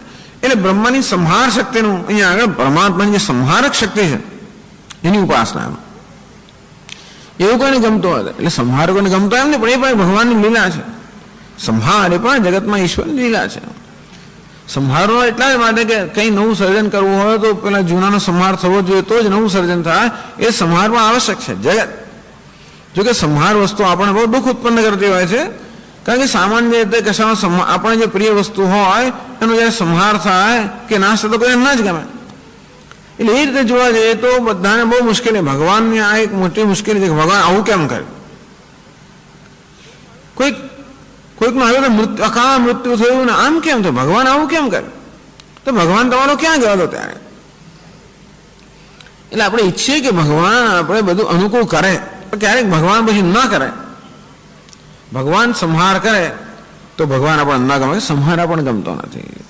પણ ન કહેવાય કે સંહાર આપણને ગમતો નથી. ભગવાન સંહાર ન કરે આપણે શું કરીએ? કોઈ મરે જ નહીં તો આપણે શું કરીએ? કેટલાનો સમાવેશ કરીએ? દાદાને પડતા કેટલા આપણે સાચવીએ? વિચાર તમે કરો, કેટલાની સેવા કરો. અને જીવજંતુ મરે જ નહીં. ધારો ગરોળી હોય જ નહીં, પેલા બધા જીવડા ધારો ઘરમાં જ રહી જાય તો ધારો કરોળીઓ પણ કોઈ હોય જ નહીં, કોઈ સંહારવાની વસ્તુ જ ના હોય તો આ કીડીઓ જે બધું લઈ જાય છે કશું થાય જ નહીં ને. અને તેથી સંહાર ન હોય તો સ્વચ્છતા હોય જ ના શકે. હિન્દુસ્તાનમાં તો એટલું સારું છે કે સૂર્ય નામની એક પરિમાર છે. નહીં તો જે કચરો અને જે ગંદકી ને બધું છે, સૂર્ય જો અહીંયા ના હોત આટલોય પણ તો શું રોગચાળો ફેલાયો હોત. પશ્ચિમના દેશો જો અહીંયા હવામાન હોત ધારો કે તો શું થયું હોત આપણું. ચાલો એટલી પણ કૃપા છે ભગવાનની કે એને બીજું તો કંઈ પાળી મૂકો તો આપણે ચિંતા ગમે એને ધુમાડા થાય અને લોકોનું જે થાય ને આપણે ચિંતા નથી હોત. એટલે ટૂંકમાં આવું ના હોત સંહાર શક્તિ તો શું થાય. એટલે સંહાર પણ એક આવશ્યક વસ્તુ છે. આપણે સ્વીકારીએ, ઈચ્છીએ કે ના ઈચ્છીએ. આપણા શરીરમાં સતત સંહાર થઈ જ રહ્યો છે ને નવી વસ્તુ ઉત્પન્ન જ ના થાય. આમ કોઈ પણ નવાનું સર્જન કરવા માટે પૂર્વનો સંહાર આવશ્યક છે જ. હવે હું નથી કહેતો કે સંહાર થવો જોઈએ, પણ આવશ્યક છે તો જ સૃષ્ટિ થઈ શકે. એમ કરીને આપણે ગમે તેનું અકાળ મૃત્યુને ટૂંકમાં આપણે એને સમર્થન આપે છે એવું નથી. આપણે એટલું જ કહીએ છીએ કે જગતની બધી ઘટનાઓ આપણે સમજતા નથી. આ કેમ થયું? ટૂંકમાં બધી વસ્તુની સમજ આપવી આપણે શક્ય એટલા માટે નથી કે આપણે સર્વજ્ઞ હોઈએ તો જ આમ કેમ થયું. અરે ભાઈ મને શું ખબર કેમ થયું? ભગવાને પૂછી લે, જેને કર્યું એને પૂછ. જાણે કે એ તો ભગવાન તો વાત કરતો હોય એટલે તમારી જવાબદારી થઈ ગઈ કે વસ્તુ સિદ્ધ કરવાની, એવું નથી. ઈશ્વર સર્વજ્ઞ છે, સર્વશક્તિમાન છે અને એટલા માટે આમ કેમ થયું બરોબર છે. એટલે એ વસ્તુનો ખુલાસો કરવો એવી જાતનું જ્ઞાન ધરાવવો કોઈ નિયમ નથી નહોતો. તો બોલે છે કેવી રીતે હું તો કહી શકતો, હું કેમ બોલું એવું તો કહી શકતો નથી, કશું કહી શકાતું જ નથી. આમ કેમ થયું? તમારા કર્મના નિયમો કેવા છે? કર્મના નિયમ એટલે શું? હું કર્મના નિયમો માનતો નથી, પણ માનો કે ના માનો નિયમ છે એ હું ગુરુત્વાકર્ષણ માનતો નથી. કઈ માનો? ઝાડ પછી જયારે પડો તો શું થાય છે? માનતો નથી. કર્મના નિયમમાં માનતો નથી, કઈ વાંધો નહીં. ત્યારે એકાદ લફાક લાગે, લફાક લાગે તો શું થાય? તરત ખબર પડે કે નિયમ કેવો લાગુ પડે છે. તો પ્રત્યાઘાત ના આઘાત જે સમાન હોય સરખા, એટલે નથી માનતો એવું કેવી રીતે કહી શકાય? હંમેશા કાર્ય અને કારણનો નિયમ છે જ જગતની અંદર. એવું કહેવાય કે હું સમજતો નથી, એ વાત બરાબર. કાર્ય કારણના નિયમને હંમેશા હું સમજતો નથી, એ સમજી શકાય, પણ માનતો નથી. ટૂંકમાં આપણને અણગમતી કશી વસ્તુ બને ત્યારે આપણે ખૂબ જ ગુસ્સે થઈ જઈએ અને આપણે ભગવાન માટે પછી તો જે પછી એ વાત બરોબર છે, એનો વાંધો નહીં. એવી જાતનો બળાપો હોય તો જાણે જુદી વાત છે, પરંતુ એવી અપેક્ષા આપણી પોતાની પાસેથી પણ રાખવી કે બધું મારું ધારું થાય તો જ ભગવાન ભગવાન છે, નહીતર નહીં. અથવા તો દુનિયામાં જે ઘટના બને છે એ હું સમજાવી શકતો હોઉં તો જ હું ભગવાનનું માનું, નહીં તો ના માનું. દુનિયાની એક ઘટના કોઈએ સમજાવી શકતો નથી, બધી ઘટનાનો એક પણ ઘટના કોઈ ના સમજાવે, એક અણુને કોઈ સમજાવી શકતો નથી નહીં. અને એ તો ખૂબી છે નહીં, ન સમજાવી શકવું એમાં કોઈ વાંધો નહીં. તો પછી આપણી યાત્રા જ્ઞાન માટેની આપણી યાત્રા ચાલુ, ઉપાસના ચાલુ રહે. બહુ સમજાવી શકતો તો આપણે કરે જ. આ તો સારું છે કે ભગવાને રચના જેવી કરી છે, એને જ માયા કહેવામાં આવે છે કે જેમ જેમ સમજાવવાનો પ્રયત્ન કરો તેમ તેમ વધારે ગૂંચવાતું જ જાય બધું. અને ત્યારે વૈજ્ઞાનિક મને થીસીસ લખાત કે પીએચડી ડિગ્રી કેવી મળે છે તો બધું બંધ, સંસ્થાઓ બંધ થઈ જાય બધી કેળવણીની. ટૂંકમાં એવું થવાનું નથી, ક્યારેય પણ નથી થવાનું. એવું ક્યારે પણ નહીં બને કે માણસ કે કોઈ પણ આ જગતની વસ્તુની સમજ આપી શકે, એકેય વસ્તુની કોઈ સમજ આપી શકે, એવું ક્યારે પણ નહીં બને. એ સારું જ છે, એ ભગવાનની વિભૂતિ છે. એનો આપણને એને કારણે આપણે ફ્રસ્ટ્રેટ થઈ જવું, દુઃખી થઈ જવું કે નિરાશ થઈ જવું નથી, એ તો આનંદની વાત છે. ઘણા લોકો નિરાશ થઈ જાય, ક્યારે આપણને નહીં સમજાવી શકાય. શું કરવા? એવી જવાબદારી શું કામ લેવી? બધું મારે સમજાવી શકવું જોઈએ, એવી જવાબદારી લેવાની પણ શું જરૂર છે? અને તો એટલે આ તો ભગવાનની વિભૂતિ છે, મહાનતા છે, આનંદ માણવાનો હોય. પણ ટૂંકમાં પરિમરહ, આ સંહાર એ પણ આ જગતની રચનાનો એક અંશ છે. અને તેથી આકાશ દ્વારા, વાયુ દ્વારા ઈશ્વર જ આ સમગ્ર જગતનો સંહાર કરતા હોય છે. તો તમ આકાશમ વાયુઆત્માનમ બ્રહ્મણ પરિમર્હતિ ઉપાસિત. વાયુનું જે કારણ આકાશ છે એ આકાશ પરિમર અર્થાત બ્રહ્મનું સંહાર સાધન છે. એ પ્રકારે આકાશ રૂપ બ્રહ્મની ઉપાસના કરવી જોઈએ. તો શું થાય? એનું પછી ફળ કહે છે, આગળ કહે છે પર્યેનમ એવં વિદમ પ્રતિસ્પર્ધિનઃ દ્વિષંતઃ અદ્વિષંતોપિ સપત્નઃ યતો ભવન્તિ અતઃ વિશેષ્યન્તે દ્વિષંતઃ સપત્નઃ ઇતિ यह एनं द्विषन्तः सपत्नः ते परिम्रियन्ते प्राणान् जहति किञ्च ये च अप्रियाः अस्य भ्रातृव्याः अद्विषन्तोऽपि તે ચ પરિમ્રિયન્તે. પર્યેણમ મ્રિયન્તે દ્વિષંત સપત્નાઃ. આ પર્યેન એનમ, પર્યેન પર્યેનમ, આ પર્ય છે એ મ્રિયંતે છે જોવાનો. એનમ દ્વિષંત સપત્નાઃ પરિમ્રિયન્તે. એનમ દ્વિષંત સપત્નાઃ પરિમ્રિયન્તે. તો પરિમર એટલે બધાને સારી રીતે મારી નાખવું એ પ્રકારના બ્રહ્મના ગુણની ઉપાસના કરવામાં આવે. તો એવમ વિદમ, એનમ એવમ વિદમ, આ પ્રકારની ઉપાસના જે કરે છે આ પ્રકારનો એટલે બ્રહ્મનો સાક્ષાત્કાર કર્યો છે એમ કહીએ તો. દ્વિષંત સપત્નાઃ પરિમ્રિયન્તે. સપત્નાઃ પ્રતિસ્પર્ધિન, એના પ્રતિસ્પર્ધીઓ. કેવા? દ્વિષંત, એનો દ્વેષ કરનાર પ્રતિસ્પર્ધીઓ. મ્રિયન્તે તો કે મરે છે, દ્વેષ કરનારા. એટલે અદ્વિષંતો બી સપત્નાઃ તો ભવંતી, એના પ્રતિસ્પર્ધીઓ પણ દ્વેષ ન કરનારા એવું પણ બને. પ્રતિસ્પર્ધીઓ દ્વેષ કરે એવો નિયમ નથી. હેલ્ધી કોમ્પિટિશન એવું જેને કહેવામાં છે. એક તો સ્વસ્થ સ્પર્ધા એ હોઈ શકે. એવી સ્પર્ધા જેથી બધાનો વિકાસ થાય એ પ્રકારની સ્પર્ધા. જેમ કે આપણે રમત ગમતમાં સ્પર્ધા હોઈ શકે એવી સ્પર્ધા હવે રહી, પણ રમત ગમતમાં સ્પર્ધા હોઈ શકે.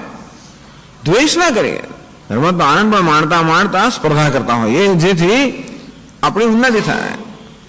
એટલે એવા પ્રતિસ્પર્ધીઓ હોય જે મારો દ્વેષ ન કરનારા હોય, એવા પ્રતિસ્પર્ધીઓ જે દ્વેષ પણ કરનારા હોય, તો પરિવર્તના રૂપમાં પરમાત્માની ઉપાસના કરવાથી એનો દ્વેષ કરનારા જે પ્રતિસ્પર્ધીઓ છે એ બધાનો પરિમ્રિયન્તે. એનમ દ્વિષંત સપત્નાઃ તે પરિમ્રિયન્તે પ્રાણાંજહતિ. એ લોકો મૃત્યુ પામે છે. એટલે કોઈને મારવા માટેની વિદ્યાઓ પણ છે. ટૂંકમાં કોઈને મારવો હોય તો શું કરવાનો? તો આ પ્રકારે ભગવાન મારી રહ્યો છે બધાને. ભગવાન વાયુ દ્વારા બધાને મારે છે, આકાશ દ્વારા બધાને મારે છે. તો એ ભગવાન જે મારે છે બધાને, એ ગુણની ઉપાસના કરીએ તો આપણે મારનારા બનીએ. ટૂંકમાં એ ભગવાન આપણું પણ, ભગવાનનો એ મારનારો ગુણ છે, આપણે ઈચ્છે એનું મૃત્યુ થાય એવો છે. આ તો પ્રતિસ્પર્ધીની વાત કરી, પણ સગાવાલાઓ જે હોય તે પણ કિંચે અપ્રિયા અસ્ય ભ્રાતૃવ્યા. ભ્રાતૃ પેલા ભત્રીજાઓ ને પિતરીઓને બધા જ હોય ને કુટુંબમાં, તે વખતે તકલીફો પડતી તો છે જ મને લાગે છે. અપ્રિયા ભ્રાતૃવ્યા, જેમ પેલા દુર્યોધન વગેરે હોય ને તેવી રીતે એક પ્રિય પણ આપણા હોય. બધા ભ્રાતૃવ્ય એટલે આપણા બધા ભાઈઓ, એ પિતરાઈઓ વગેરે અથવા તો કાકાના દીકરાઓ બધા હોય એવા. એટલે ભાઈ, બધા ભાઈ ભાંડવો હોય, સગા સંબંધીઓ. તો આપણે પ્રિય સગા સંબંધીઓ અમને કઈ ના થાય, પણ અપ્રિય સગા સંબંધીઓ છે. અપ્રિય ભ્રાતૃવ્યા. આ દ્વિષંતો મારો મને જ અપ્રિય, મારો દ્વેષ ન કરતા અને મને અપ્રિય છે તો પણ પરિમ્રિયન્તે, તો એ પણ મરી જાય છે. આવું કોઈ કરે નહીં. પણ તો આવી જાતને જો ફળની ઈચ્છાથી ઉપાસના કરે તો આ પ્રકારનું ફળ મળે એવું હશે. બસ આ રીતે ઉપાસનાની વાત કરવામાં આવી. પછી આગળના વાક્યમાં કહે છે સયશ્ચાયમ પુરુષે યશ્ચાસાવાદિત્યે સ એકઃ સહ યશ્ચ અયમ પુરુષે. પુરુષ અર્થાત વ્યક્તિમાં જે ચૈતન્ય છે એ જ યશ્ચ સૌ આદિત્ય, આદિત્યમાં સમષ્ટિમાં જે ચૈતન્ય છે સ એકઃ. એ તો આગળની વલ્લીમાની ચર્ચા આવી ગઈ. એ મહાવાક્ય છે કે જીવ, જે જીવ છે, જીવ ચૈતન્ય છે અને ઈશ્વર ચૈતન્ય છે, બંને એક જ છે. તો એના સંદર્ભમાં આજે જીવ અને બ્રહ્મના ઐક્યનું પ્રતિપાદન કરવાનું વાક્ય આવ્યું. એના સંદર્ભમાં શંકરાચાર્યજી અત્યાર સુધી થઈ ગયું એના વિષયમાં એને અનુસંધાનમાં થોડી ચર્ચા કરે છે. એવં મંદાધિકારી ગોચર ઉપાસના જાતમ અધ્યારોપ અવસ્થાયામ ઉપદિશ્ય. તો ક્ષેમૈતિ વાસી ત્યાંથી માંડીને પરિમહ ઇત્યુપાસિત, આમ ભગવાનના ભિન્ન ભિન્ન ગુણની ઉપાસનાનું વિધાન કરવામાં આવ્યું. મંદ અધિકારી ગોચરમ ઉપાસનમ. આ બધા મંદ અધિકારી માટે, મંદ અધિકારી માટે જે સંભવિત છે કે મંદ અધિકારી જેના માટે યોગ્યતા ધરાવે છે એવી બધી ઉપાસનાઓ અધ્યારોપ અવસ્થાયામ ઉપદિશ્ય. અધ્યારોપ તો ઈશ્વર પર આ પ્રકારના ગુણનો અધ્યારોપ કરીને એની ઉપાસના કરવામાં આવે છે. ત્વમેવ માતા ચ પિતા ત્વમેવ. પરમાત્મા નિર્વિશેષ હોય, આપણે પિતા કહીએ, માતા કહીએ, સર્વજ્ઞ, સર્વશક્તિમાન, સર્જક, પાલક, સંહારક, નિયંતા, કર્મફલદાતા, કર્માધ્યક્ષ, સર્વજ્ઞ, સર્વશક્તિમાન, સર્વવ્યાપી, આ પ્રકારના બધા ગુણોનો ભગવાન પર અધ્યારોપ કરવામાં આવે છે. તો ઉપાસનામાં હંમેશા અધ્યારોપની આવશ્યકતા છે. અમે પણ આપણે કોઈ આલંબન દ્વારા ઈશ્વરની ઉપાસના કરતા હોય તો આલંબર પણ અધ્યારોપ કરતા હોઈએ. નાનકડા લાલા હોય ને બાબા શ્રી કૃષ્ણનો અધ્યારોપ કરીએ તો ઉપાસના હંમેશા અધ્યારોપ થતો હોય. નિકૃષ્ટ વસ્તુની ઉત્કૃષ્ટ વસ્તુ આરોપ. નિકૃષ્ટ કોઈ અત્યંત હીન કે તુચ્છ વસ્તુ પર આપણે કોઈ મહાન વસ્તુ, મહાન ખ્યાલનો અધ્યારોપ કરીએ. એક વસ્તુ છે. અહીં જે અધ્યારોપની વાત કરવામાં આવી કે આ ઉપાસના હંમેશા અધ્યારોપની અવસ્થામાં જ સંભવિત છે. ઈશ્વર પર જગતનો અધ્યારોપ થયેલો છે, એના પર અનેક પ્રકારના ગુણનો રૂપનો અધ્યારોપ થયેલો છે. અને એ પ્રકારના ઈશ્વર અત્યારે તો એ સગુણ બ્રહ્મ છે, એ સગુણ બ્રહ્મનું ચિંતન કરવાની જ માત્ર જે યોગ્યતા ધરાવે છે. અર્થાત નિર્ગુણ કે નિર્વિશેષ પરમાત્માનું ચિંતન કરવાની, ધ્યાન કરવાની તો એ હજી ક્ષમતા જે ધરાવતો, એ સૂક્ષ્મતા જે ધરાવતો નથી. એવો જે જિજ્ઞાસુ છે, મુમુક્ષુ છે, એ આ બધા ગુણો અને રૂપ સહિતનો જે ભગવાન છે એનું ચિંતન કરવાની ક્ષમતા ધરાવતા હોય. આપણે ઈશ્વરનું ચિંતન કરવા માંગીએ છીએ. બ્રહ્મ વિશે માણસ વ્યાપાર. આપણે ઈચ્છીએ છીએ કે આપણા મનમાં પરમાત્મા કે બ્રહ્મનું જ હંમેશા ચિંતન થાય. તો નિર્વિશેષ નિર્ગુણ પરમાત્મા અત્યંત સૂક્ષ્મ હોવાને કારણે એના વિશે ચિંતન કરવું અત્યંત કઠિન છે. અને એટલા જ માટે અત્યારે જે પ્રકારની યોગ્યતા મારા મનમાં હોય એ પ્રકારને એ રીતે હું મારા મનને આલંબન આપું. પણ મહત્વની વસ્તુ એ છે કે મારું મન આ ભગવાનના કે ઈશ્વરના વિચારોમાં પરવાયેલું રહે. એટલા જ માટે જે કોઈ પ્રકારનો ગુણ હોય કે રૂપ હોય કે વિશેષતા હોય, જે વિશેષતા મારામાં કોઈ પ્રકારનો ભક્તિભાવ અને શ્રદ્ધા વગેરે જાગૃત કરતો હોય, એ વિશેષ ભાવ હું પરમાત્મા પર અધ્યારોપિત કરી દે, એ રૂપમાં હું ઈશ્વરની પરમાત્માની ઉપાસના કરું. અધ્યારોપ અવસ્થા ઉપદિશ્ય. અધ્યારોપ અવસ્થામાં એટલે પહેલા એટલે ક્રમ આવો જ છે કે પહેલા સગુણ બ્રહ્મની ઉપાસના, અને એ સગુણ બ્રહ્મની ઉપાસના નિર્ગુણ બ્રહ્મના જ્ઞાનનું સાધન બને. અપવાદોષ્ટમભિપ્રેત્યાહ. એ ઉપાસના કર્યા પછી છેવટે બધાનો અપવાદ કરવાનો હોય. આમ ઈશ્વર પર અધ્યારોપ કરીને આપણું ઈશ્વરમય બને, પછી આપણે જયારે એવી સૂક્ષ્મતા પ્રાપ્ત કરીએ ત્યારે ધીમે ધીમે ધીમે એ બધા ગુણનો અપવાદ પણ કરવાનો હોય. અર્થાત એ બધા ગુણ ઉપર જે પરમાત્મા છે એનું જ્ઞાન પ્રાપ્ત કરવા માટે છેવટે આપણે એનો અપવાદ કરવો પડે. આમ જેમ પેલો વાંસળો એને આપણે ઊંચે કૂદીએ ખરા, એ વાંસળો આપણને ત્યાં સુધી ઊંચે જવા સુધી આપણે મદદરૂપ થાય, પછી એનો અપવાદ કરવો, છોડી દેવો પડે. અત્યાર સુધી મારું આલંબન હતું, એ આલંબનની મદદથી અત્યારે આટલે સુધી હું કૂદી શક્યો, અને પછી આલંબન જયારે છોડ્યો ત્યારે બાકીનો જે મારો ધ્યેય છે એ સિદ્ધ કરી શકું. તો તેવી રીતે પહેલા સગુણ બ્રહ્મની ગુણ સહિતના બ્રહ્મની ઈશ્વરની ઉપાસના, અને પછી અપવાદ દ્વારા નેદી અપવાદ દ્વારા જે નિર્ગુણ કે નિર્વિશેષ પરમાત્મા છે એનું આત્મ સ્વરૂપે જ્ઞાન. અપવાદ દૃષ્ટિ અભિપ્રેત્યા. અપવાદ દૃષ્ટિ જે છે એને ધ્યાનમાં રાખીને હવે કહે છે સયશ્ચાયમ પુરુષે યશ્ચા સાવાદિત્ય સયેક. એમ અપવાદ છે ને, જ્યાં પુરુષમાં છે, વ્યક્તિમાં છે, અને જ્યાં સમષ્ટિમાં છે એ એક જ છે.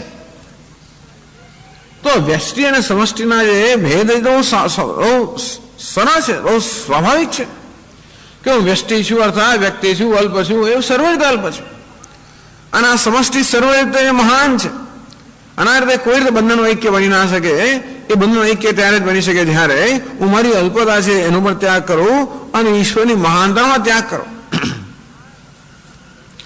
આમ આ ચૈતન્ય પર અલ્પતાનો આરોપ કરવામાં આવે ત્યારે જીવ કહેવામાં આવે, એ ચૈતન્ય પર જયારે મહાનતાનો આરોપ કરવામાં આવે ત્યારે ઈશ્વર કહેવામાં આવે. તો જીવ અને ઈશ્વરમાં રહેલું જે ચૈતન્ય છે વાસ્તવમાં એક જ છે. એની એકતાનું જ્ઞાન ક્યારે થાય? જે વિરુદ્ધ અંશ છે એનો ત્યાગ કરવામાં આવે, ભાગ ત્યાગ લક્ષણ.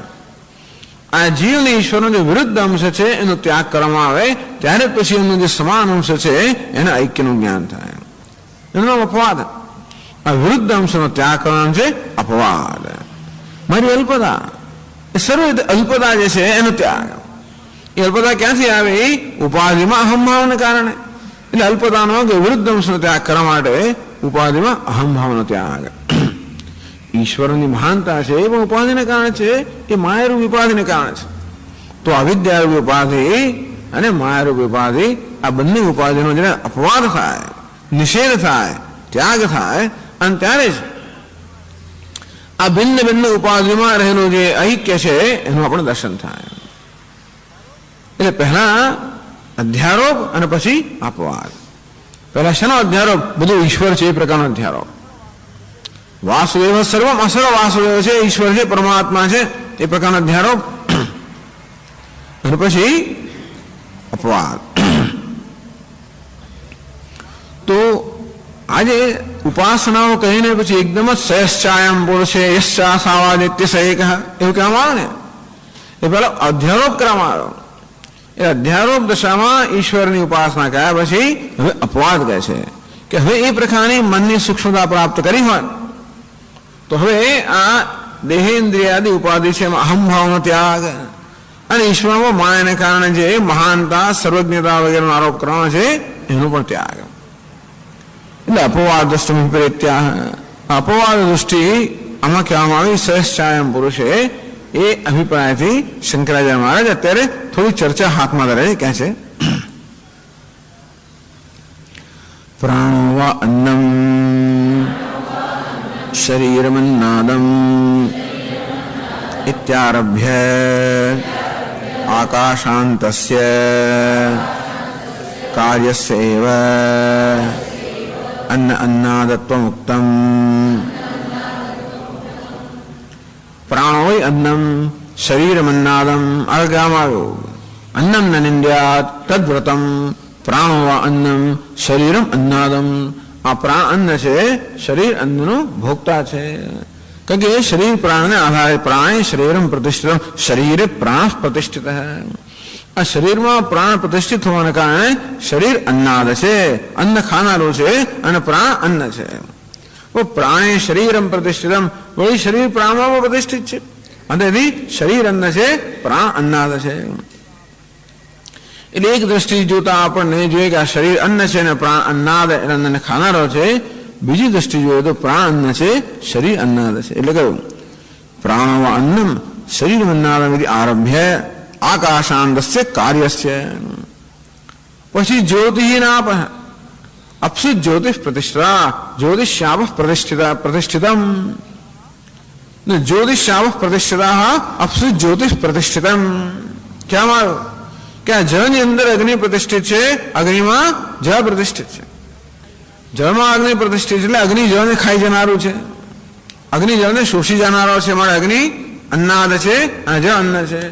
તો જળ અગ્નિને બુઝાવી દેનારું છે, અને માટે જળ અન્નાદ છે, અગ્નિ અન્ન છે. આમ જળ અને અગ્નિ વચ્ચે પણ અન્ન અને અન્નાદનો સંબંધ બતાવ્યો. પ્રત્યેક અન્ન છે, અન્નાદ પણ છે. પૃથ્વી આકાશે પ્રતિષ્ઠિતા, આકાશે આકાશમ પૃથ્વી પૃથિવ્યામ પ્રતિષ્ઠિતમ. તો પૃથ્વી આકાશમાં પ્રતિષ્ઠિત છે, આકાશ પૃથ્વીમાં પ્રતિષ્ઠિત છે. એમ કરીને પ્રત્યેક અન્ન છે, અન્નાદ છે.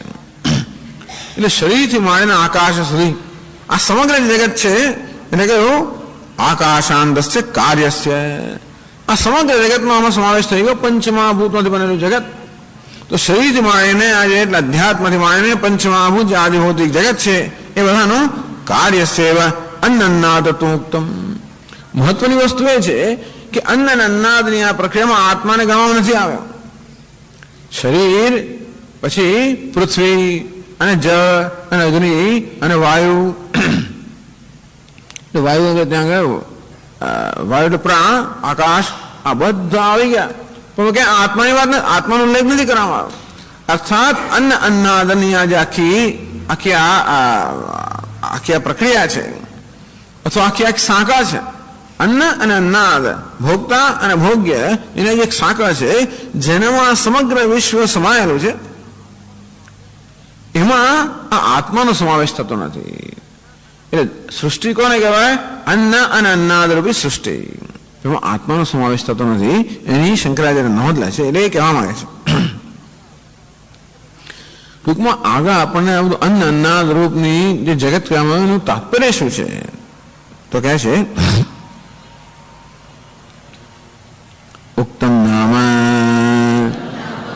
किम तेन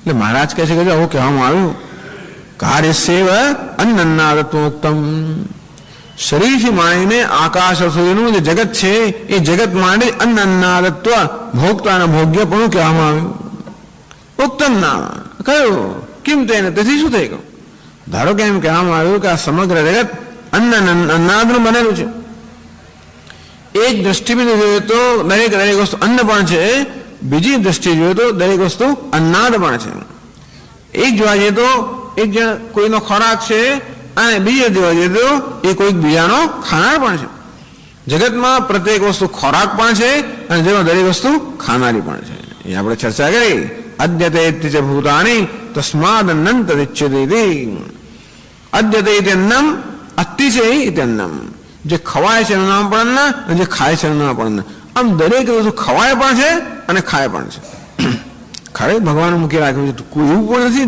દરેક ખાનારું છે અને દરેક વસ્તુ કોઈનો ખોરાક પણ છે એટલે બધું ભોગતા પણ છે દરેક અને ભોગ્ય પણ છે જો દરેક ભોગતા હોત તો એને કોઈ મારનાર ના હોત દરેક ભોગ્ય હોત તો પણ વસ્તુ ટકી ના શકી હોત દરેક ભોગતા પણ હોત તો એને મારનાર કોઈ ના હોત ને ભોગ્ય હોત તો એ વસ્તુ ટકી ના શકી હોત દરેક ભોગતા પણ છે પોતાનો જ્યારે પોતાની તક આવે ત્યારે દરેક ભોગતા બની જાય એટલે આપણે નાના છોકરાઓને મારામારી થાય ત્યારે પેલો મારી પોળો મારવા ત્યારે પછી હું એની ખબર લઉં હું એની પોળો તો મારી ખબર લે એ અહીંયા આવે ત્યારે હું ભોગતા બનું એ હું ત્યાં એ ભોગતા બને દરેક વસ્તુ અન્ન પણ છે અન્નાદ છે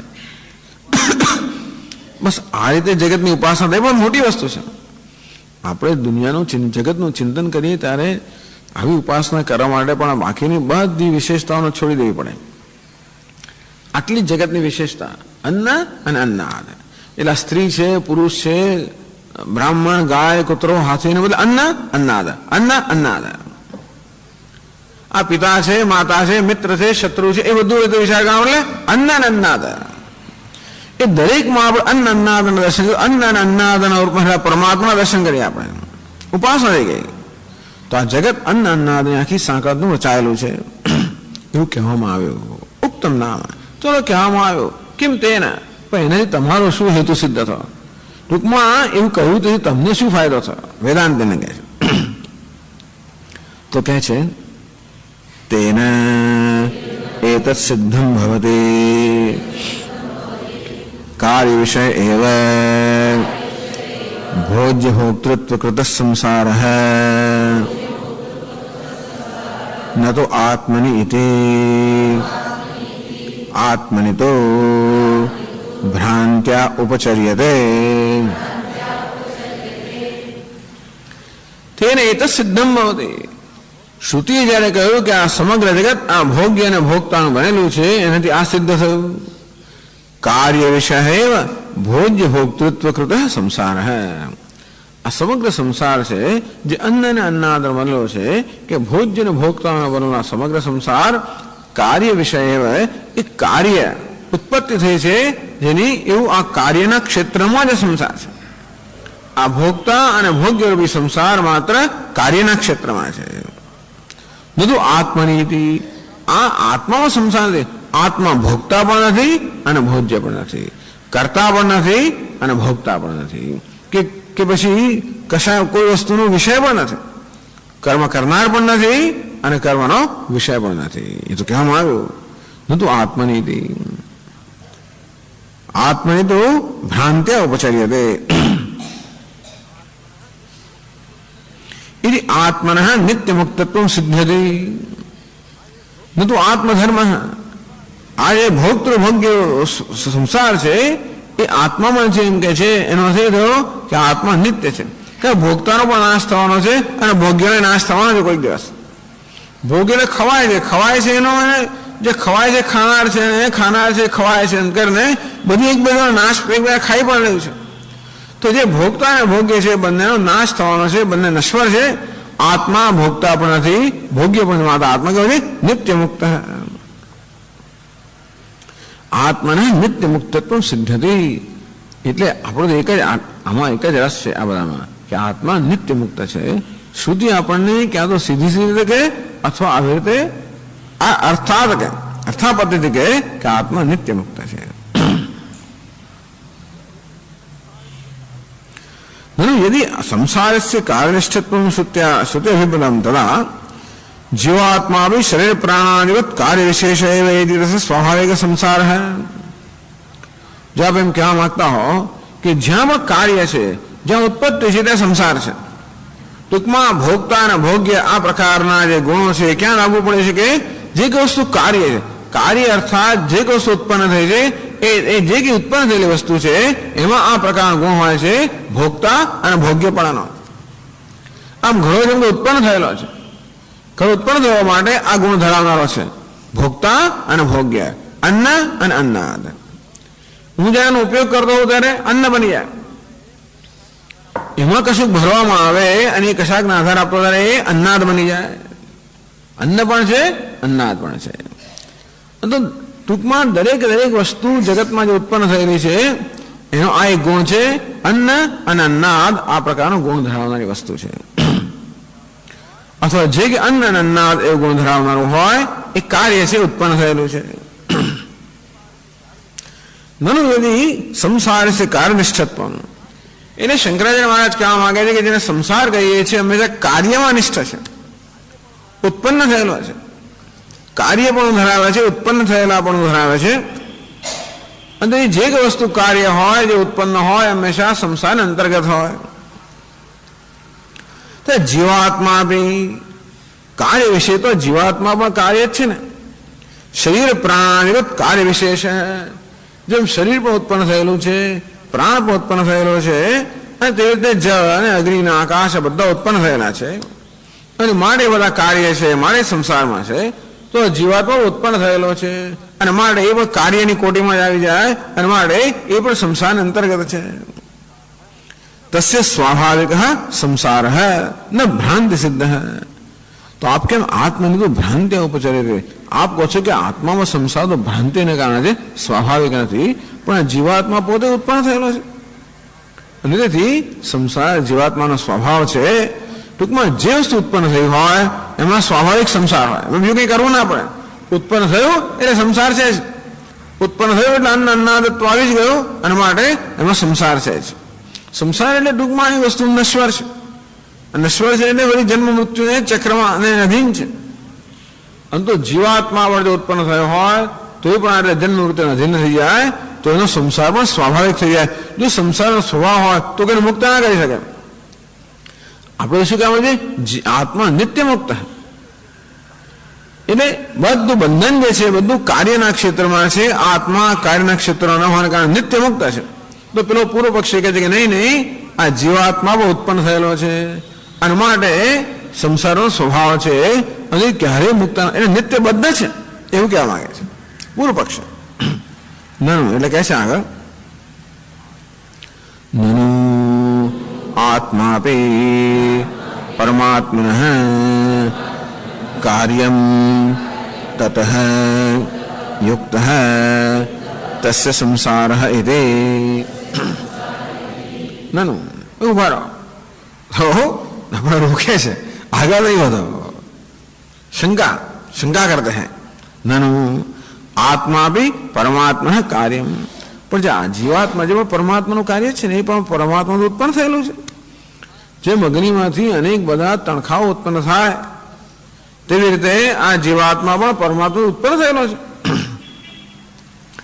આત્મા ભી પરમાત્મા, આ તો પૂર્વ પક્ષ છે. આત્મા ભી પરમાત્મા કાર્યમ તત યુક્ત તસ્ય સંસાર હૈ. ઘણી વાર પૂર્વ પક્ષનું પણ એવું વળી ચડીને આમ એવું નિરૂપણ કરાવો કે આપણને કાંઈ સિદ્ધાંતની વાત થઈ રહી છે એવું થાય. પૂર્વ પક્ષનું પણ એવી અસરકારક રીતે નિરૂપણ કરવામાં આવે કે આ તો વાત બરોબર છે.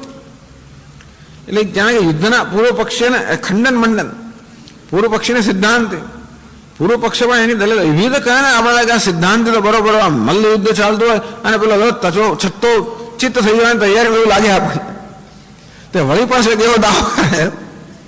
એટલે આવી જાતને એક દાવ પેચ ચાલતો હોય છે ઘણી વાર. એ બુદ્ધિના દાવ પેચ, એટલે એક બુદ્ધિનો વ્યાયામ ચાલતો હોય છે. તો પેલો કહે છે કે આપ તો કહો છો કે જે વસ્તુ ઉત્પન્ન થયું એ બધું સંસારના ક્ષેત્રમાં છે, જીવાત્મા ઉત્પન્ન થયો છે માટે સંસાર જીવાત્માનો સ્વભાવ થઈ ગયો. આત્મા કાર્યમ વિભક્તત્વાત આકાશવદ ઇત્યર્થઃ. જે કોઈ વસ્તુ વિભક્ત થયેલી હોય એ હંમેશા ઉત્પન્ન થયેલી હોય. વિભાજન થઈ શકે, જેના કટકા કટકા થઈ જાય એ વસ્તુ ઉત્પન્ન થયેલી હોય. આત્મા વગર અનેક છે. અને આત્મા કાર્યમ વિભક્તત્વાત આકાશાદિવત. આકાશ વગેરે વગેરે એક બેથી ભિન્ન ભિન્ન છે અને મારે કાર્ય છે, તેમ આત્મા પણ અનેક છે, મારા આત્મા પણ કાર્ય છે. અનુમાન છે એ પેલું અનુમાન તે કહે છે કે આત્મા ઉત્પન્ન થયેલો છે, કારણ કે આત્મા અનેક છે અને તેથી ઉત્પન્ન થયેલો છે અને માટે કાર્ય છે. અને માટે આપના જ કહેવા પ્રમાણે અન્ન અને અન્નાદના ક્ષેત્રમાં મારે સંસારી છે, નિત્ય સંસારી છે. તો કે આ તમારું અનુમાન જે છે એ અનુમાન શાસ્ત્ર કહે છે એને અનુરૂપ નથી. એના માટે જે આપણે અનુમાનની સિદ્ધ કંઈ કરીએ ખરા, પણ એ વસ્તુ શ્રુતિ કે શાસ્ત્રથી વિરુદ્ધ હોય તો અનુમાન પછી બાદ થઈ જાય. એટલે કહે છે ન અસંસારિણ એવ પ્રવેશ શ્રુતે. તો કે નહીં, આત્માનો જન્મ નથી, જીવાત્માનો પણ જન્મ નથી. ન જીવ મ્રિયતે, ક્યારે પણ એવું છંદોગ્ય પ્રશ્ન કહેવામાં આવ્યું, જીવાત્માનું ક્યારેય મૃત્યુ નથી, એની ઉત્પત્તિ પણ નથી. અસંસારણ એવ પ્રવેશ શ્રુતે. અત્યારે જેને આપણે જીવાત્મા કહીએ છે ખરેખર કોણ? એ પરમાત્મા જ છે. કોણ? કેવો? અસંસારી. સંસારી પર એવો જે પરમાત્મા છે એને જ આ ઉપાધિમાં પ્રવેશ કર્યો અને અત્યારે જીવ રૂપે જે વ્યવહાર કર્યો છે એ અસંસારી પરમાત્મા છે. અને એ જીવ ઉત્પન્ન થયેલો નથી. અસંસારિણ પરસ્યૈવ જીવ રૂપેણ પ્રવેશ શ્રવણાદ. અસંસારી પરમાત્માએ જ અહીં જીવ રૂપે અહીં પ્રવેશ કર્યો. એમ પ્રવેશ શ્રુતિનું તાત્પર્ય શું છે કે જીવ અને બ્રહ્મ વાસ્તવમાં એક જ છે.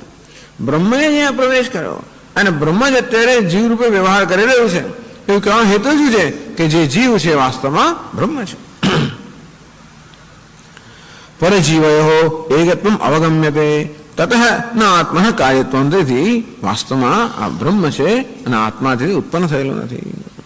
એ જ કહે છે આગળ, તત્સૃષ્ટ્વા તદેવાનુપ્રાવિશત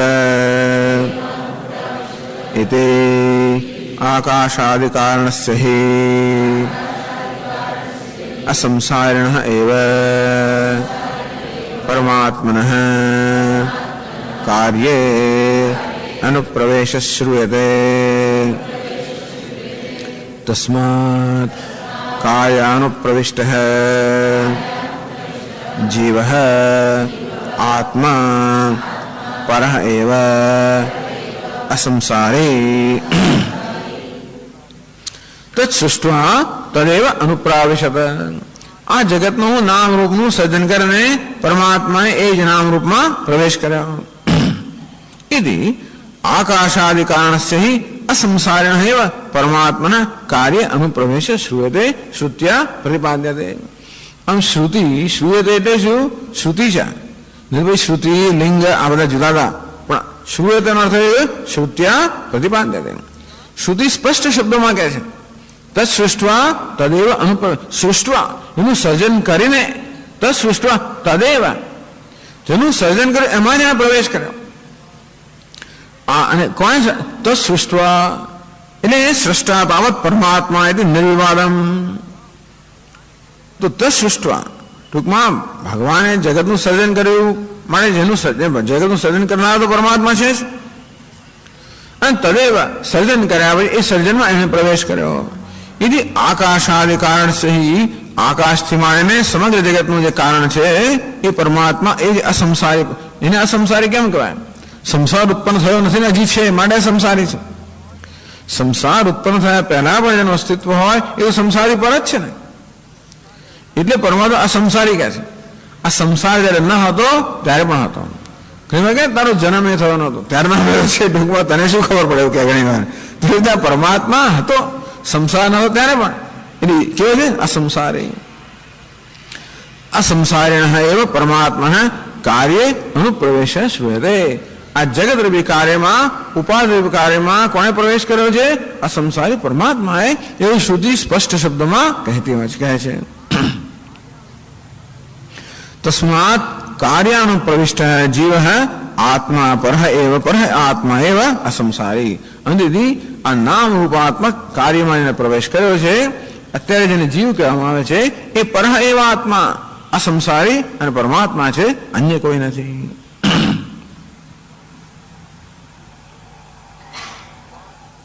એટલું જ નહીં, પરંતુ ત્વા શ્રુતિ બળાત બીજું પણ કારણ બતાવે છે.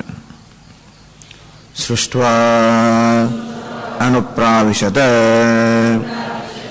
ઇતિ સમાન કર્તૃકત્વ ઉપપત્તેશ્ચ સર્ગ પ્રવેશ ક્રિયોશ્ચ એકશ્ચેત કર્તા તતઃ ત્વા પ્રત્યયઃ યુક્તઃ સૃષ્ટવા તદેવાનુપ્રાવિશત. સૃષ્ટવા એમ એક ત્વા સૃજ, એમ એક ત્વા પ્રત્યય લગાવે તો સૃષ્ટવા બને. સૃષ્ટવા અનુપ્રાવિશત, સર્જન કરીને પ્રવેશ કર્યો. ગુજરાતી આપણે કહીએ સર્જન કરીને પ્રવેશ કર્યો. આપણે જેમ કહીએ કે ઘરમાં આવીને પાણી પીધું, એવું કહે કે શું? જે ઘરમાં આવી દેવદત્તે ઘરમાં આવ્યો, દેવદત્તે ઘરમાં આવીને પાણી પીધું એમ જયારે કહીએ ત્યારે પાણી પીનાર કોણ? ઘરમાં આવનાર તો દેવદત્ત. દેવદત્તે ઘરમાં આવીને પાણી પીધું. ઘરમાં કોણ આવે તો આપણે કહ્યું દેવદત્તે ઘરમાં આવીને પાણી પીધું. પાણી કોણે પીધું? દેવદત્તે પીધું. કે જે આવ્યો હોય આવીને પાણી પીધું. આવનાર અને પાણી પીનાર એક જ છે.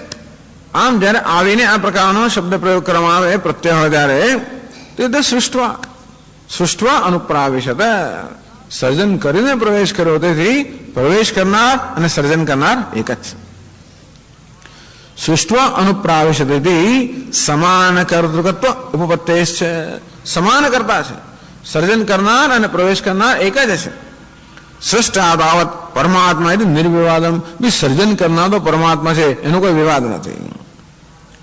પ્રવિષ્ટસ્ય છે પશ્વન શૃણ્મન્માન ઇત્યાદુ સંસારિત શ્રવણાત. સંસારી કોણ છે? આપણે સંસારી કહીએ કોણ છે? પશ્યન શૃણ્વન મન્વાન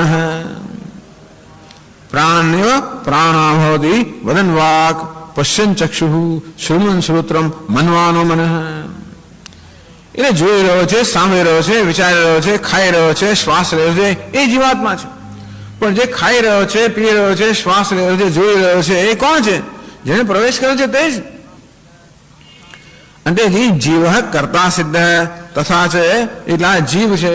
જોનારો, સાંભળનારો, ખાનાર, કરનાર, ભોગવનાર વગેરે એ જીવ છે. અને તો પ્રવેશ કરીને ખાઈ રહ્યો છે, આનો અર્થ એવો થયો. અહીં પરમાત્મા પ્રવેશ કરીને હવે સાંભળી રહ્યો છે, જોઈ રહ્યો છે. એટલે અત્યારે સાંભળનાર છે, જોનાર છે, ખાનાર છે, પીનાર છે, જીવ છે, સંસાર છે, કોણ છે? પેલો પરમાત્મા જ છે. તથા ત્વા શ્રુત્યા તયો એકત્વ નિશ્ચયતે. અંતેથી આ ત્વા શ્રુતિ આ નામ રૂપમાં પ્રવેશ કરીને ભગવાન ખાય છે, પીએ છે, ટૂંકમાં પ્રવેશ કરનાર અને ખાનાર પીનાર એક જ છે. અંતેથી અત્યારે જે જીવ છે વાસ્તવમાં પેલો પ્રવેશ કરનાર પરમાત્મા છે. અંતેથી આ ત્વા શ્રુતિથી પણ જીવ અને પરમાત્માના ઐક્યનું પ્રતિપાદન થાય છે.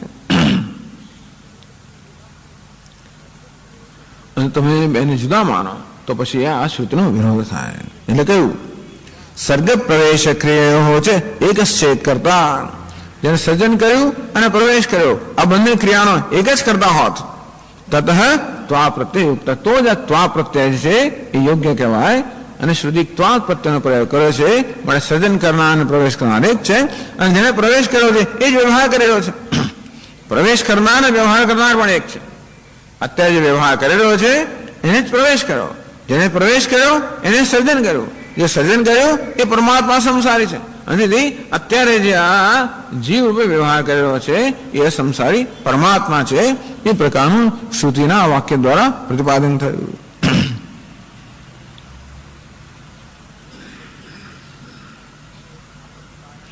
તેમાં યદુક્તમ અસંસારણ એવ પ્રવેશ શ્રવણાત પરેતર આત્મ એકત્વ.